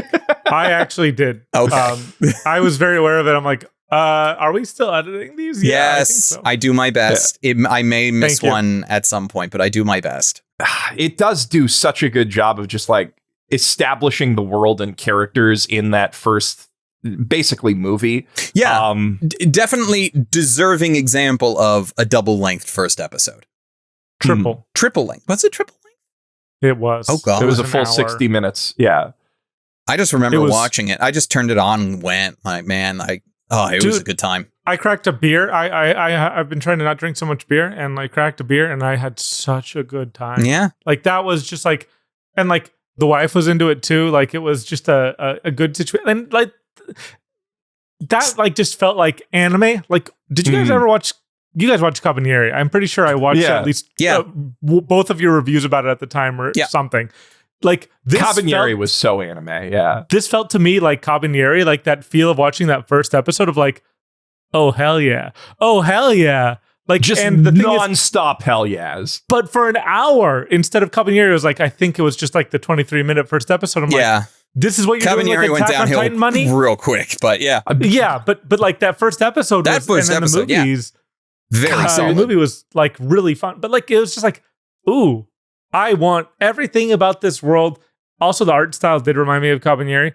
The like sketchy outlines and the super not white cell shading, but the pattern shading also is that like post production looks so nice. That extra little polish, and like I remember the animators of Sentenced to Be a Hero online saying, please don't expect this for every episode.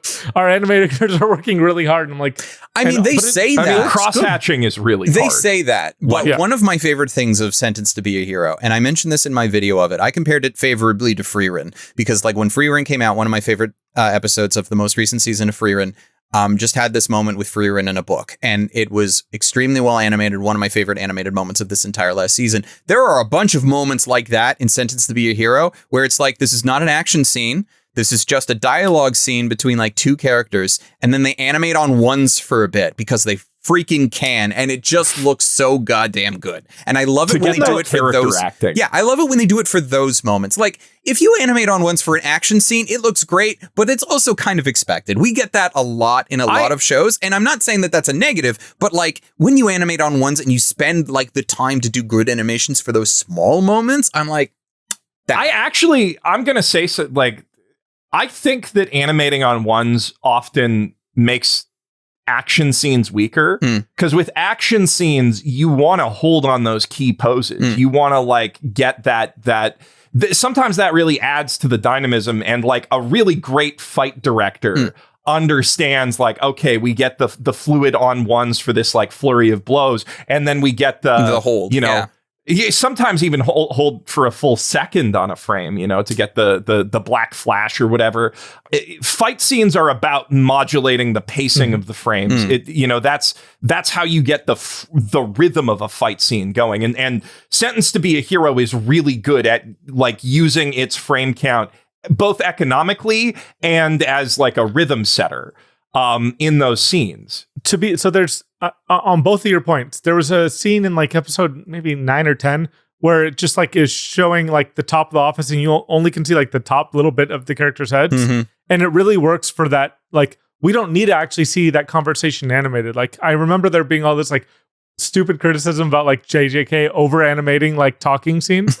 And I'm like, no, that they're doing it for a reason. There's a cinematic and narrative reason why this is being animated in this way. And like to Tristan's point, there are a lot of like casual scenes, and it's usually about Theorita, like doing some character acting, but then the other characters will character act back at her in a way that like we understand the progression of where the characters have come a little better because of that over animation. And so, but like paired with the like just cinema of like, we're gonna have a mostly static shot of people's like just their top of their head.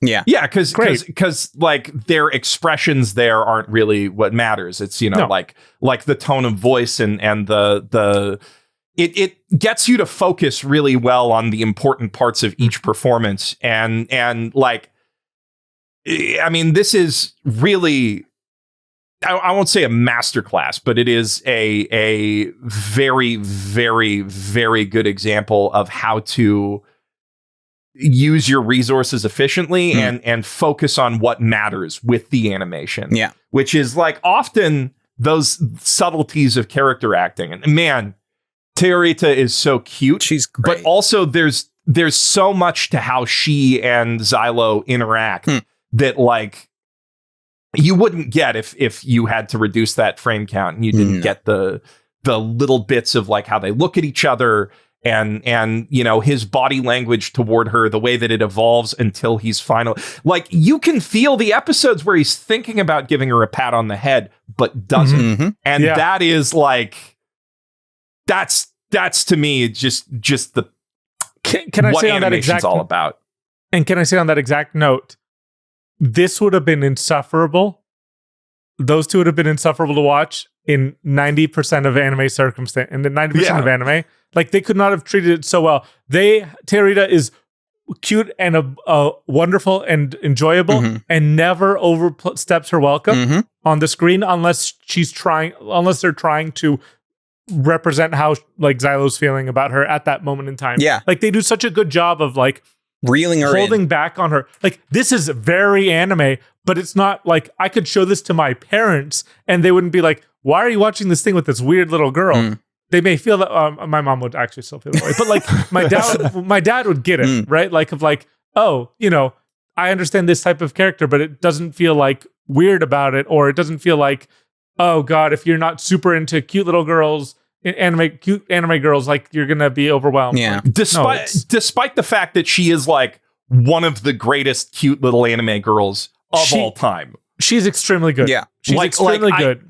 I love the mix of like, please praise me, and just the over the top arrogance that she has. The Wagawa Theorita Kami-sama, like all the like the way that she uses all that old Japanese, but in like a super childish way is like great writing.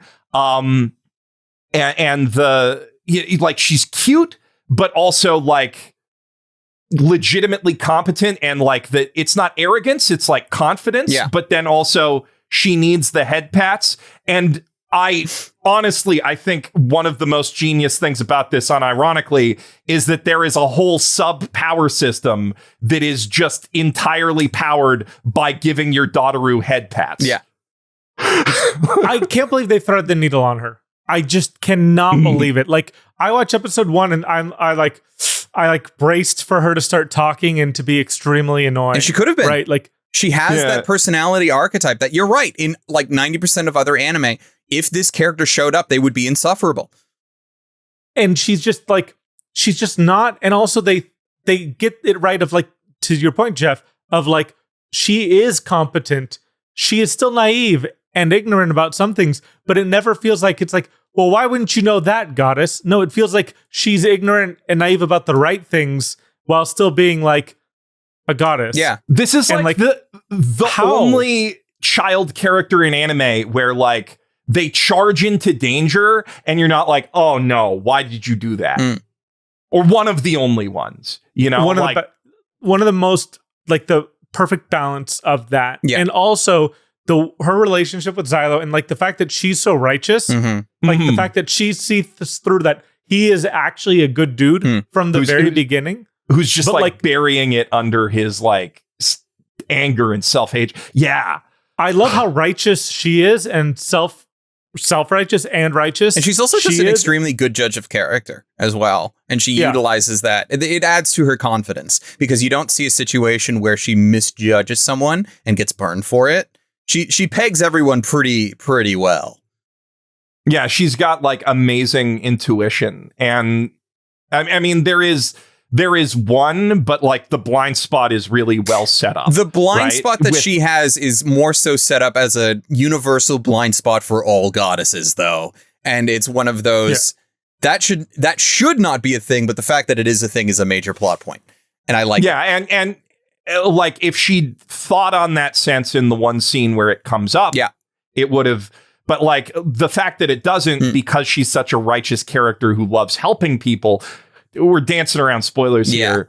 The other thing I really like about how she's characterized in her relationship with Xylo is it like lets you understand in an instant how badly the other holy knights are abusing their goddesses. Yeah. Or like manipulating them from like the one scene you see of we see two, but the one that really is the one where they meet the guy on the bridge and he like doesn't have any positive regard to the goddess that he's with at all, and yet she clings to him like he's. It feels like an older brother that's just putting up with his younger sister relationship, and not in a positive way, at all. And yet you still see that. Oh yeah, no, he still gives her head pats because she needs the head pats in order to do the job that she needs to do. And he's just using her as a tool. So he's giving her the head pats for the tool. The head pats don't mean anything. That's kind of the difference. And then that ties into the whole Xylo finally giving head pats when it actually means something. And it's like, And then with in the like toward the end, that one head pat feels kind of sinister. Yeah. But also like sincere. It's weird. Yeah. But like it's something that you character get dynamics we're going to get more into, I'm sure, in future seasons, especially when we start meeting other goddesses that have been hinted at. Well, I mean, it's something like the character acting needs to be that good for that to come through. Yeah. And this is what I mean about this being like such a total package of like, it justifies everything. Even like the edgier, like more like edgelordy writing of like, actually, religion is bad and these religious hierarchy figures are bad. And also the government is bad. And again, like this is a very similar world setup to by the author of Chrysalis, the Book of the Dead, which came out the book came out a little bit before this light novel. They're like within a couple months of each other. Oh, wow. Which is interesting. And that book also features characters who are branded. The heroes have to fight for the church in the same way. And the brand forces them to do so, and they can't act out of line because of the brands. So like, it's a similar concept, and it's funny to just like be experiencing these pieces of media at the same time. But I really like the way that it's done here. I like when other people notice the tattoos, and I love how yes, the knights are incompetent and evil, and all the people in positions of power are evil.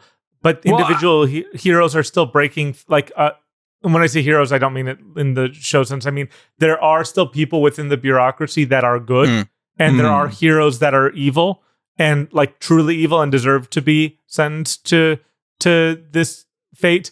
That like, it works enough that it's still not morally gray. It's still like a little too Reddit core at times for me of like, this is how the world should be.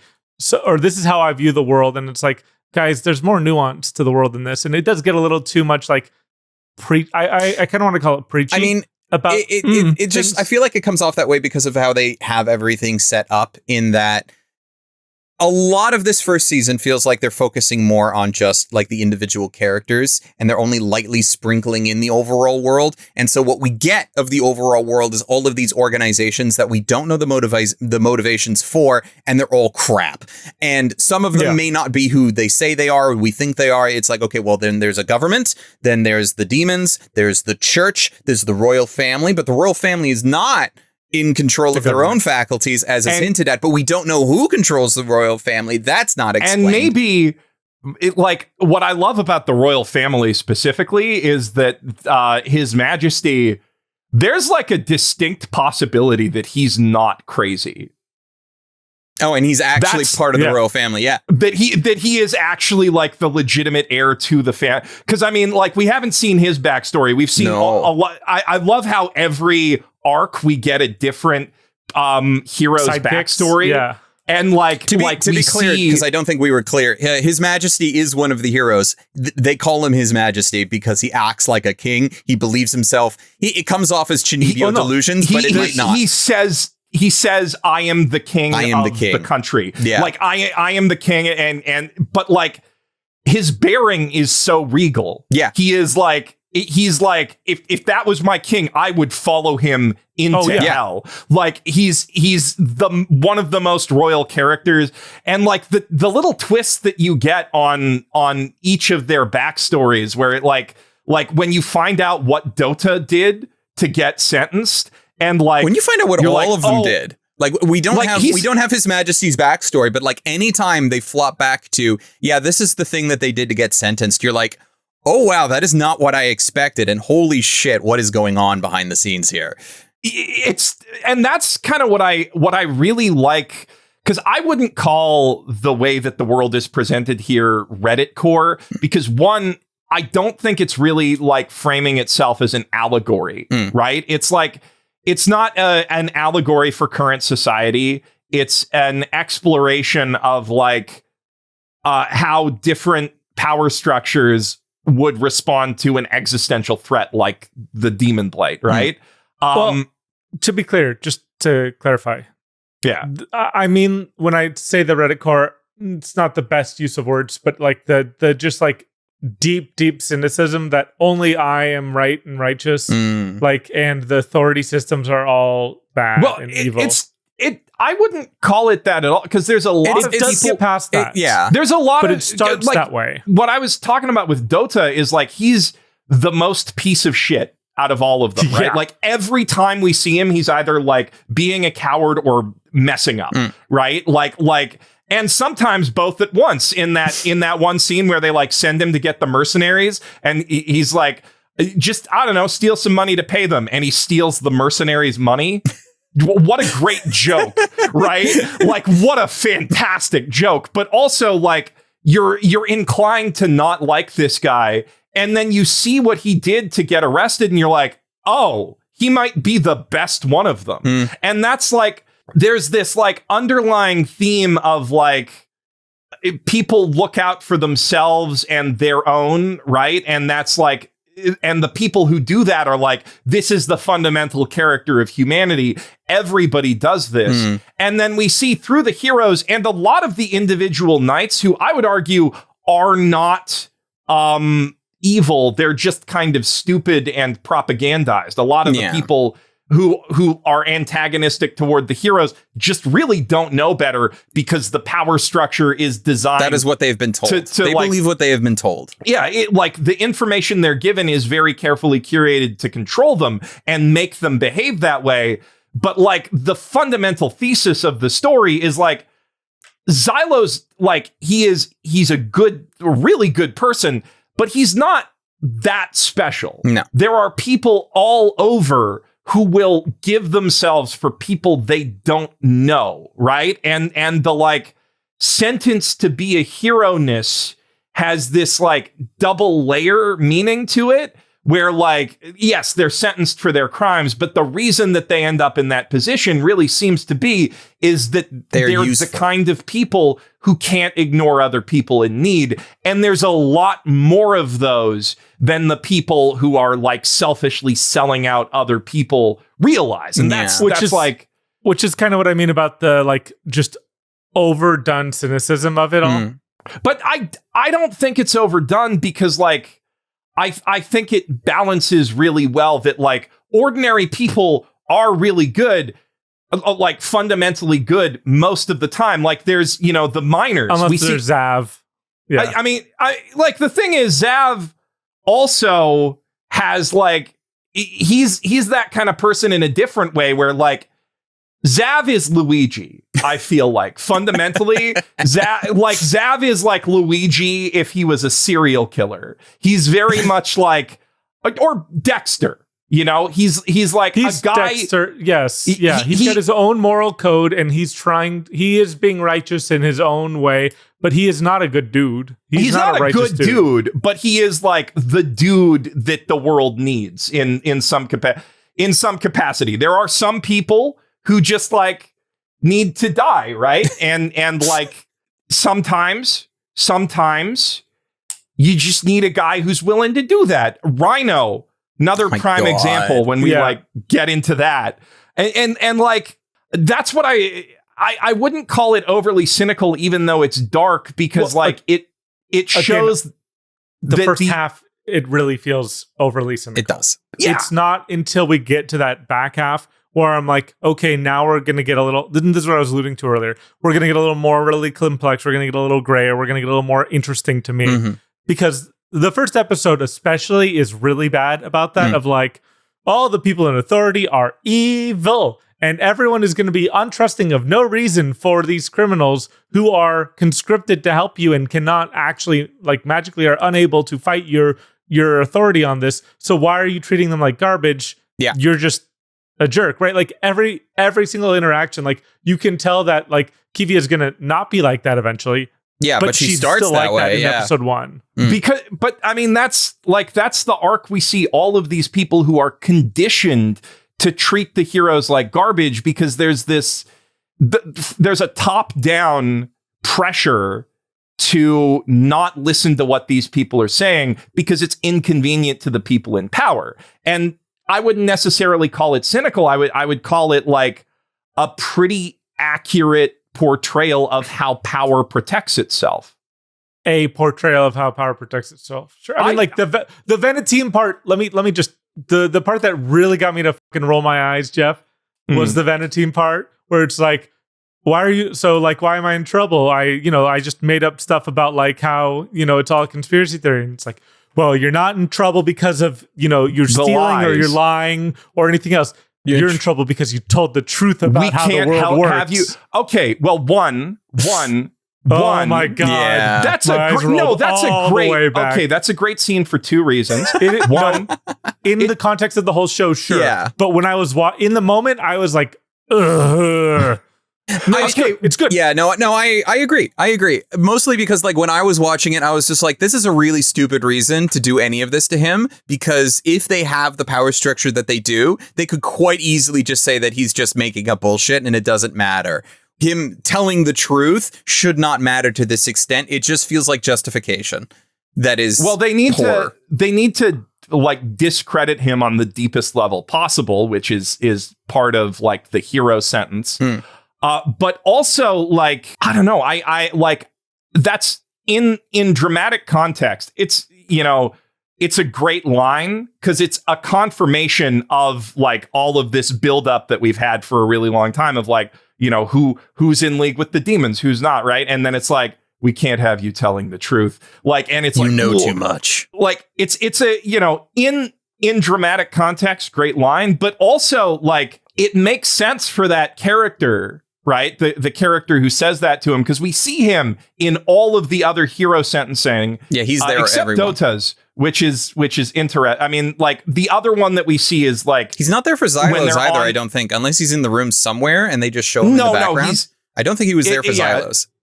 Yeah, mostly like it's him or the head of the church, like the masked head of the church, who like that's also a really interesting like portrayal of how information is like manipulated here, because there are people in that power structure who are like, wait, what's he saying? And then like they go super hard to shut the heroes up on the points that are inconvenient to their power.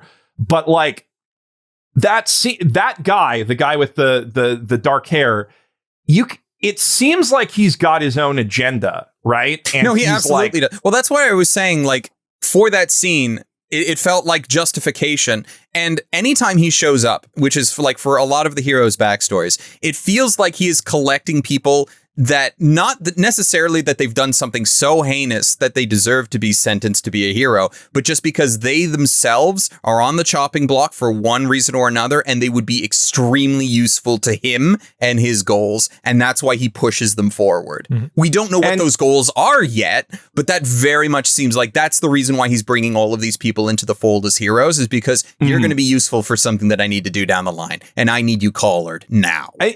And that's why I really like the we can't have you telling the truth line from a characterization perspective, because he's like simultaneously like it feels like he's taunting Venetim in like a very like campy villain, what are you going to do about it type of way, which I think is what the people in power who sent him to do that want him to do.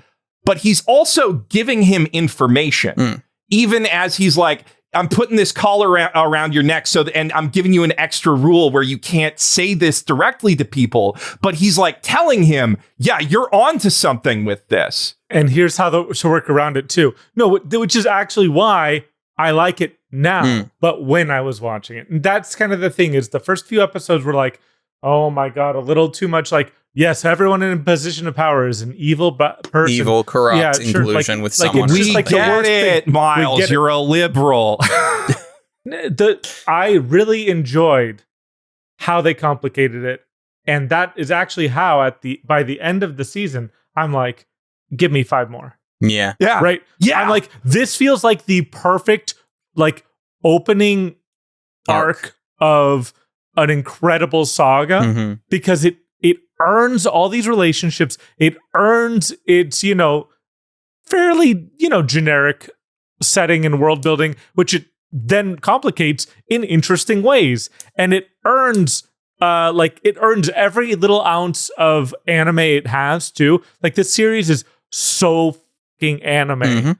Like, it is so anime. It hurts the main character's power of throws exploding knives and then team him up with unlimited blade works.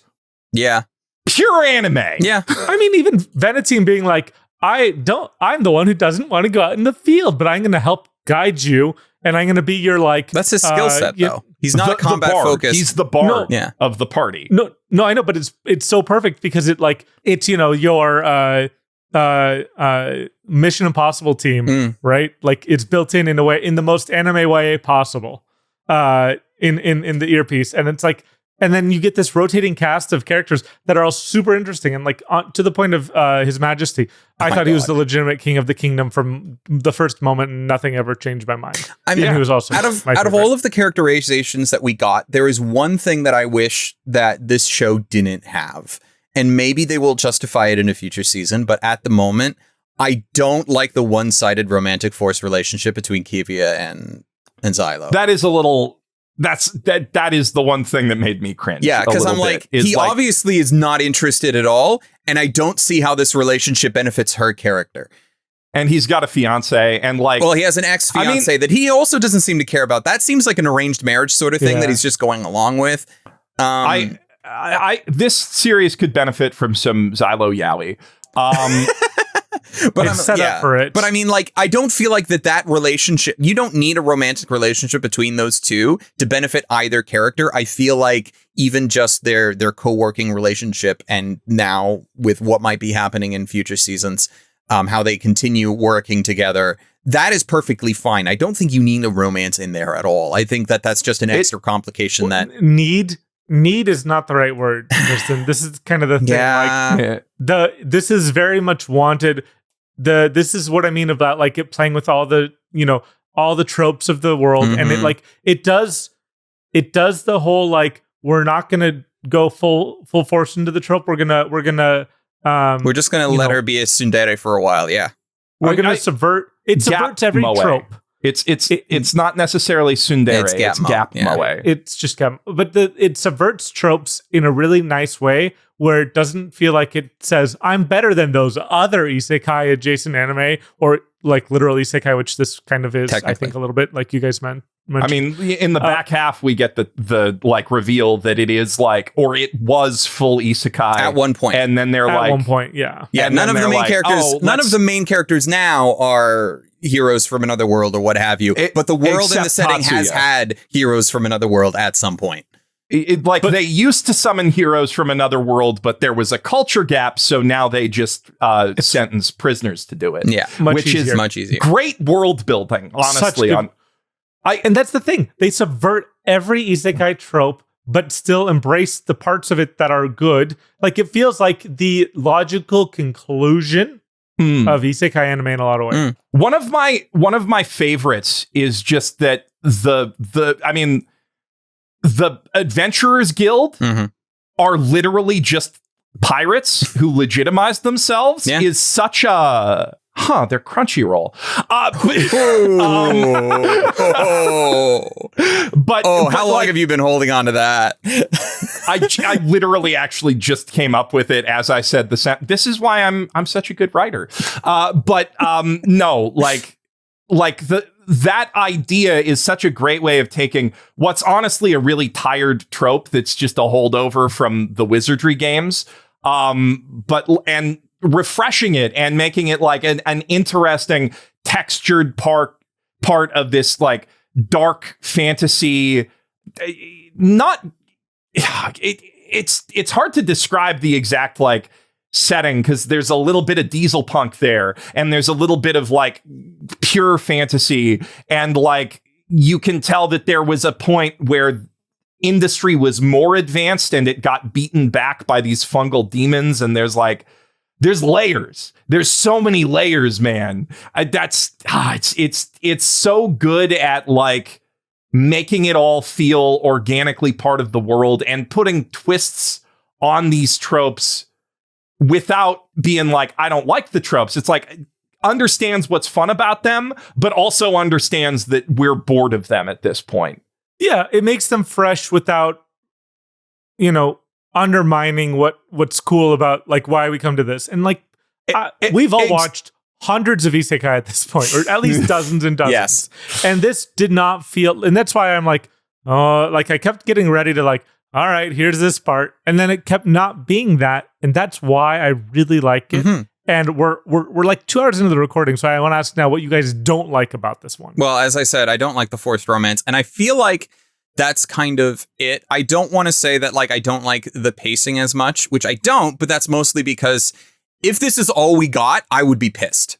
I would not. This would go so down on wherever we end up putting it on the list if this is all we got. But and I know that I don't like to rate things based on the promise of what we can get in the future, but I'm trying to be optimistic.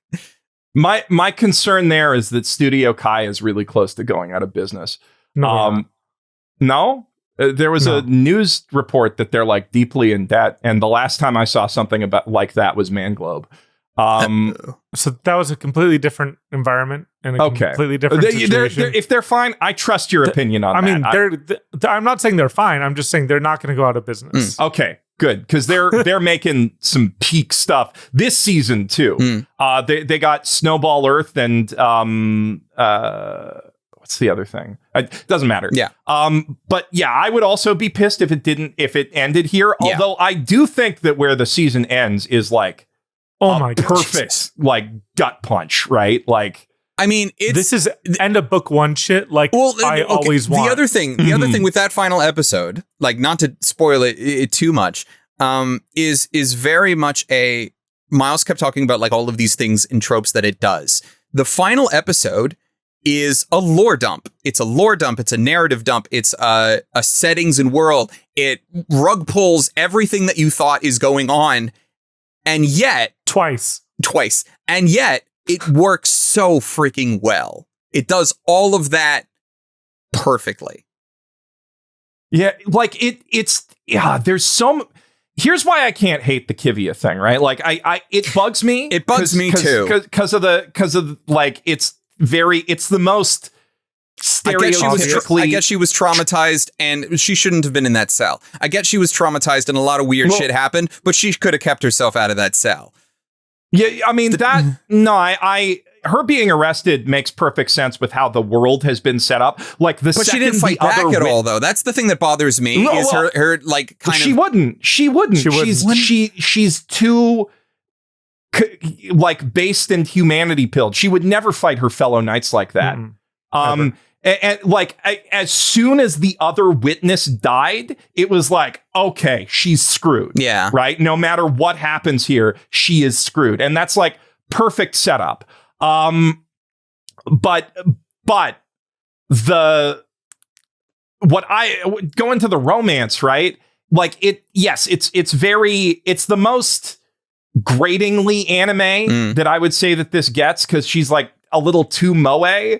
But the gap moe there, like it's informing us about her character, that she's got this girly side that wants to be indulged, but she is, very serious all the time, right? Like it's character building in that regard.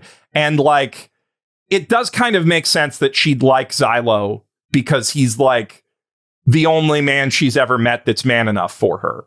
Righteous. Like truly a righteous dude, right? And she seems like the type of person that only likes someone that could kick her ass, and he's probably the only one that she would that would actually be able to kick her ass. And like I like how they don't overplay that he's like, great disguise, you look like a man, and like they don't overplay that she's mad about that. Yeah. But it comes back. Like it's well written, and it shows rather than tells. And this is so good at that across the board, right? Like my God. That's what makes that final scene or the final episode so good, is we've got all of these deep reveals, and it's not like we don't have any One Piece characters going, can you just believe that Garp did da da da da da da da, or Rhino, right? Jesus. like Rhino. Oh, the Rhinos. Yeah. Yeah. But especially like the dark-haired dude, we've got this like every time we see him, we're learning something new about him, right? We're learning like, and we're trying to figure out whose side he's on, what his deal is, right? And we get that in the final scene. There's like a closure to that arc that we've gotten so far of like, okay, we understand how he's doing all of this. We understand what his powers are. And it's just like, and also like the way that he interacts with Kivia compared to the rest of them is like respectful. And he's like, this is honestly a bad option, but like game respects game. Yeah. Every scene we're learning new things, and the fight scenes too. There's so much great characterization through action here, right? This is actually my biggest issue is I don't feel like it does enough of that. Like it does do it, which is why I notice it when it doesn't, which is like all the middle arcs do not progress to fighting the characters through fighting. Yeah. Enough. Yeah, I would. And also I was like, the thing is, I knew that what's his Boolam Boojum. Yeah, I knew that Boojum wasn't dead because they hadn't paid off that they were both reading the same poetry book yet. Yeah, well, that's good writing to me, honestly. Yeah, because I also felt that way. Like, I'm like, this is super climactic and cool, but it doesn't actually say anything. So I'm hoping he's not actually dead, because it would undermine my biggest criticism of the show, which is that like so many of the fights are just cool as heck and just like flashy and whatever. And I mean, I also hate the design of the fairies. I know a lot of people like them, but I'm just so sick of these like super saturated, super CG things that feel like truly alien in the world. But I just wish they looked a little more integrated into the world, just a little bit more. They feel general monstrosities. I like the designs a lot because like they tell you the nature of the demon blight without like it ever being explained. Like if you know your biology, you're like, okay, the demon blight is a parasitic fungal infection. And that's like it's such a cool thing to just have going without like directly ever explaining it. I don't know. I really like the monster designs cool. a lot. It's still cool. It just they still feel a little generic to me. Yeah. And the CG way that they're like kind of portrayed is a little contrast a little too much. And it feels like when I pay attention, the closer attention I pay, the more I respect it, right? For what you're saying. But when I'm just like kind of looking like episode to episode, I'm like, okay, generic demon spawn, whatever. Yeah.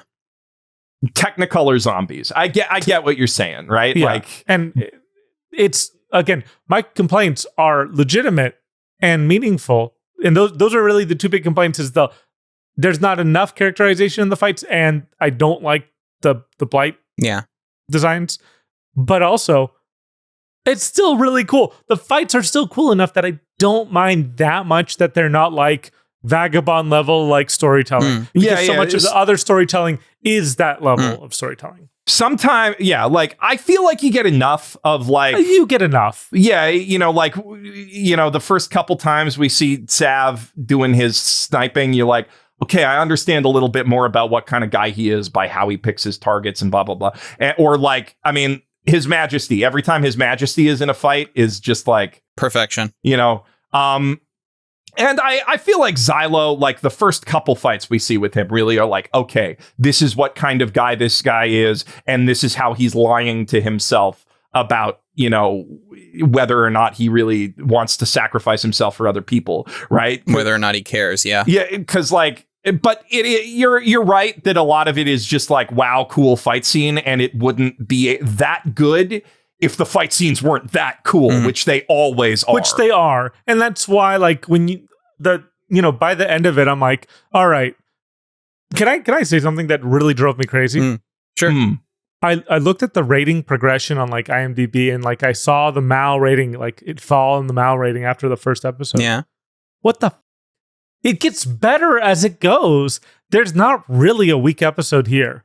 Like, I think when Tristan said it dragged in the middle, like, or you were talking about pacing, I'm like, I kind of liked the pacing and it felt tight enough and everything connected between one arc to the next just enough for me to be like, I think I feel like the main reason that I felt like it dragged was more of I hadn't quite latched onto the fact that we're more so just focusing on the characters at the time, because it's like we're not really seeing, and we still don't really know the reason why the heroes are being sent where they are. We don't have the context behind why they're currently doing the things that they're doing, and you're trying to figure it out, but we're not getting explanations for that just yet. And so it feels a little draggy as far as like there doesn't seem to be a proper progression. So like I compared it to Freerun in that even if you have a side story episode of Freerun, you still know that they are progressing in the overall goal of getting to the north.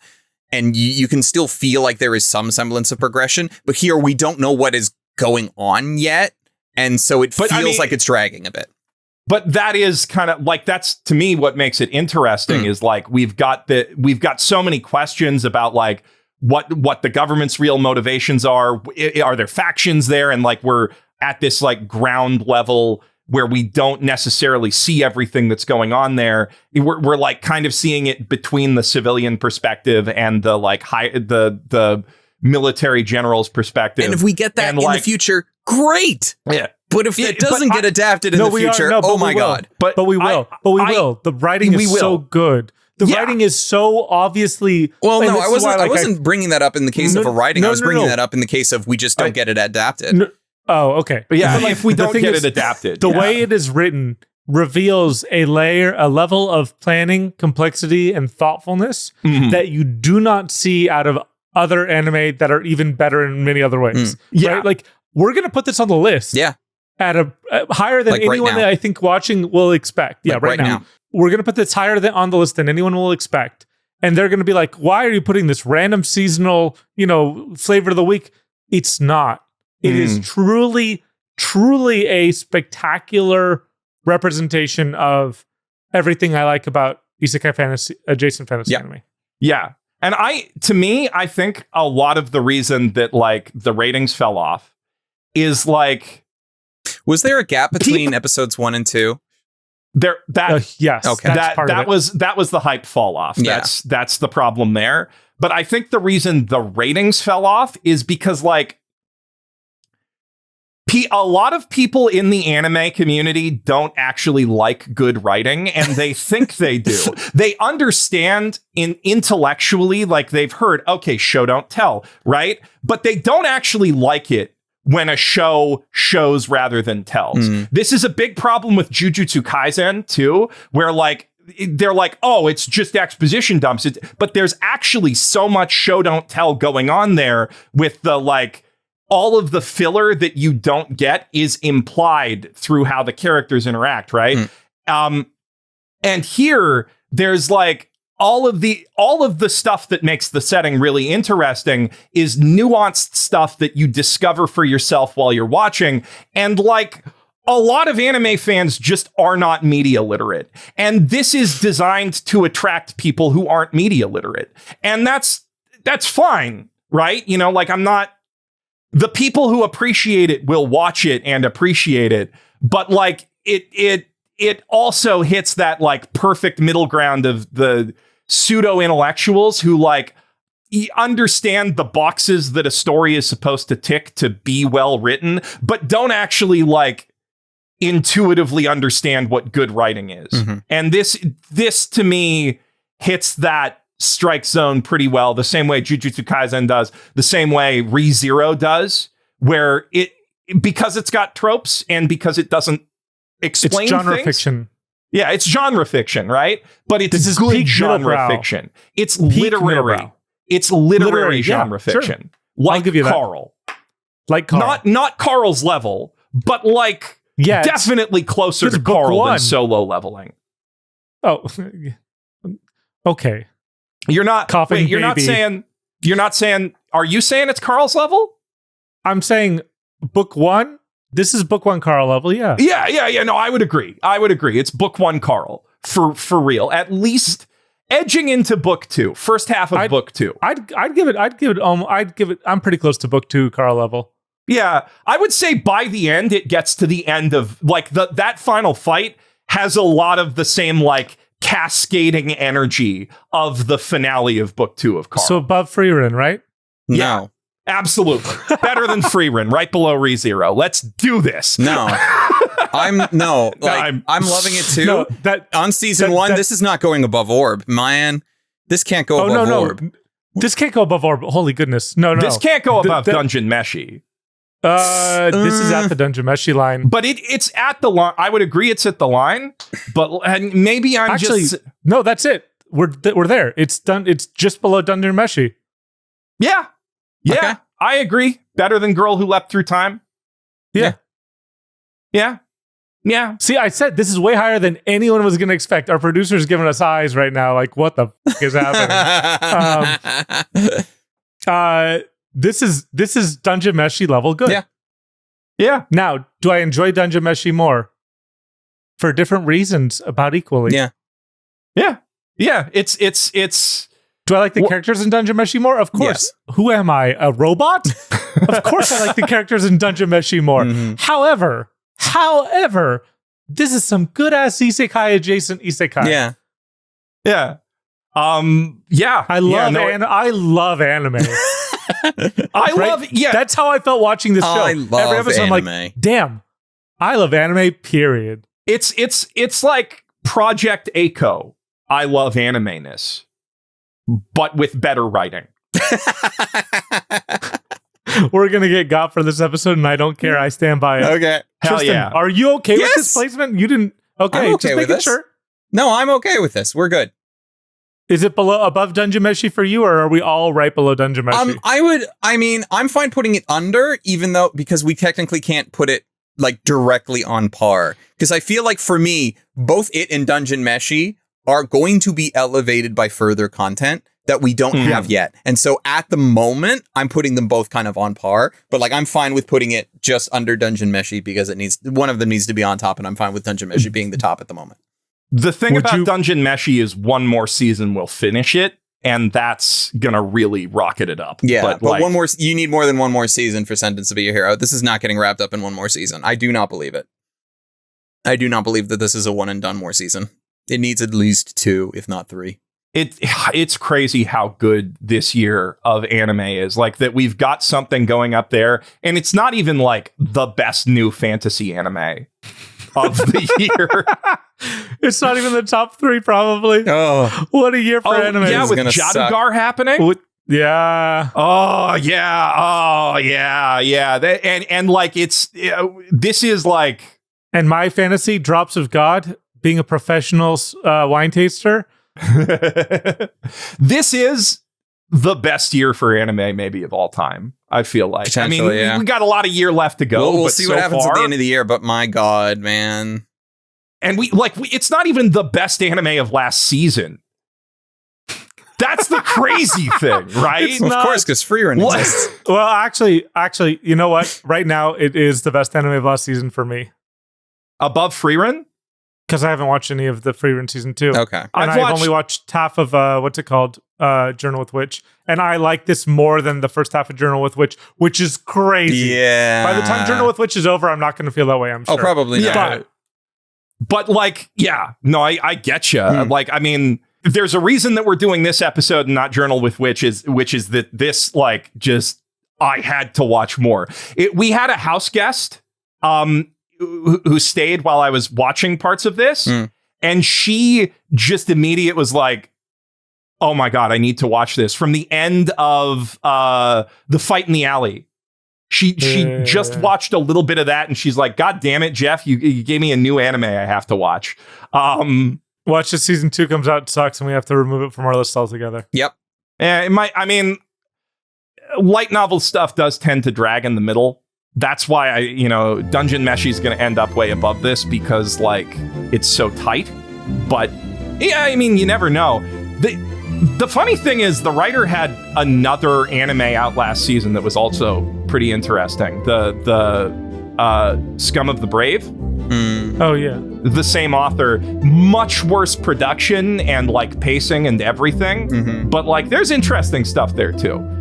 We don't have time to talk about it though. Not at all. Goodbye. Bye. Bye.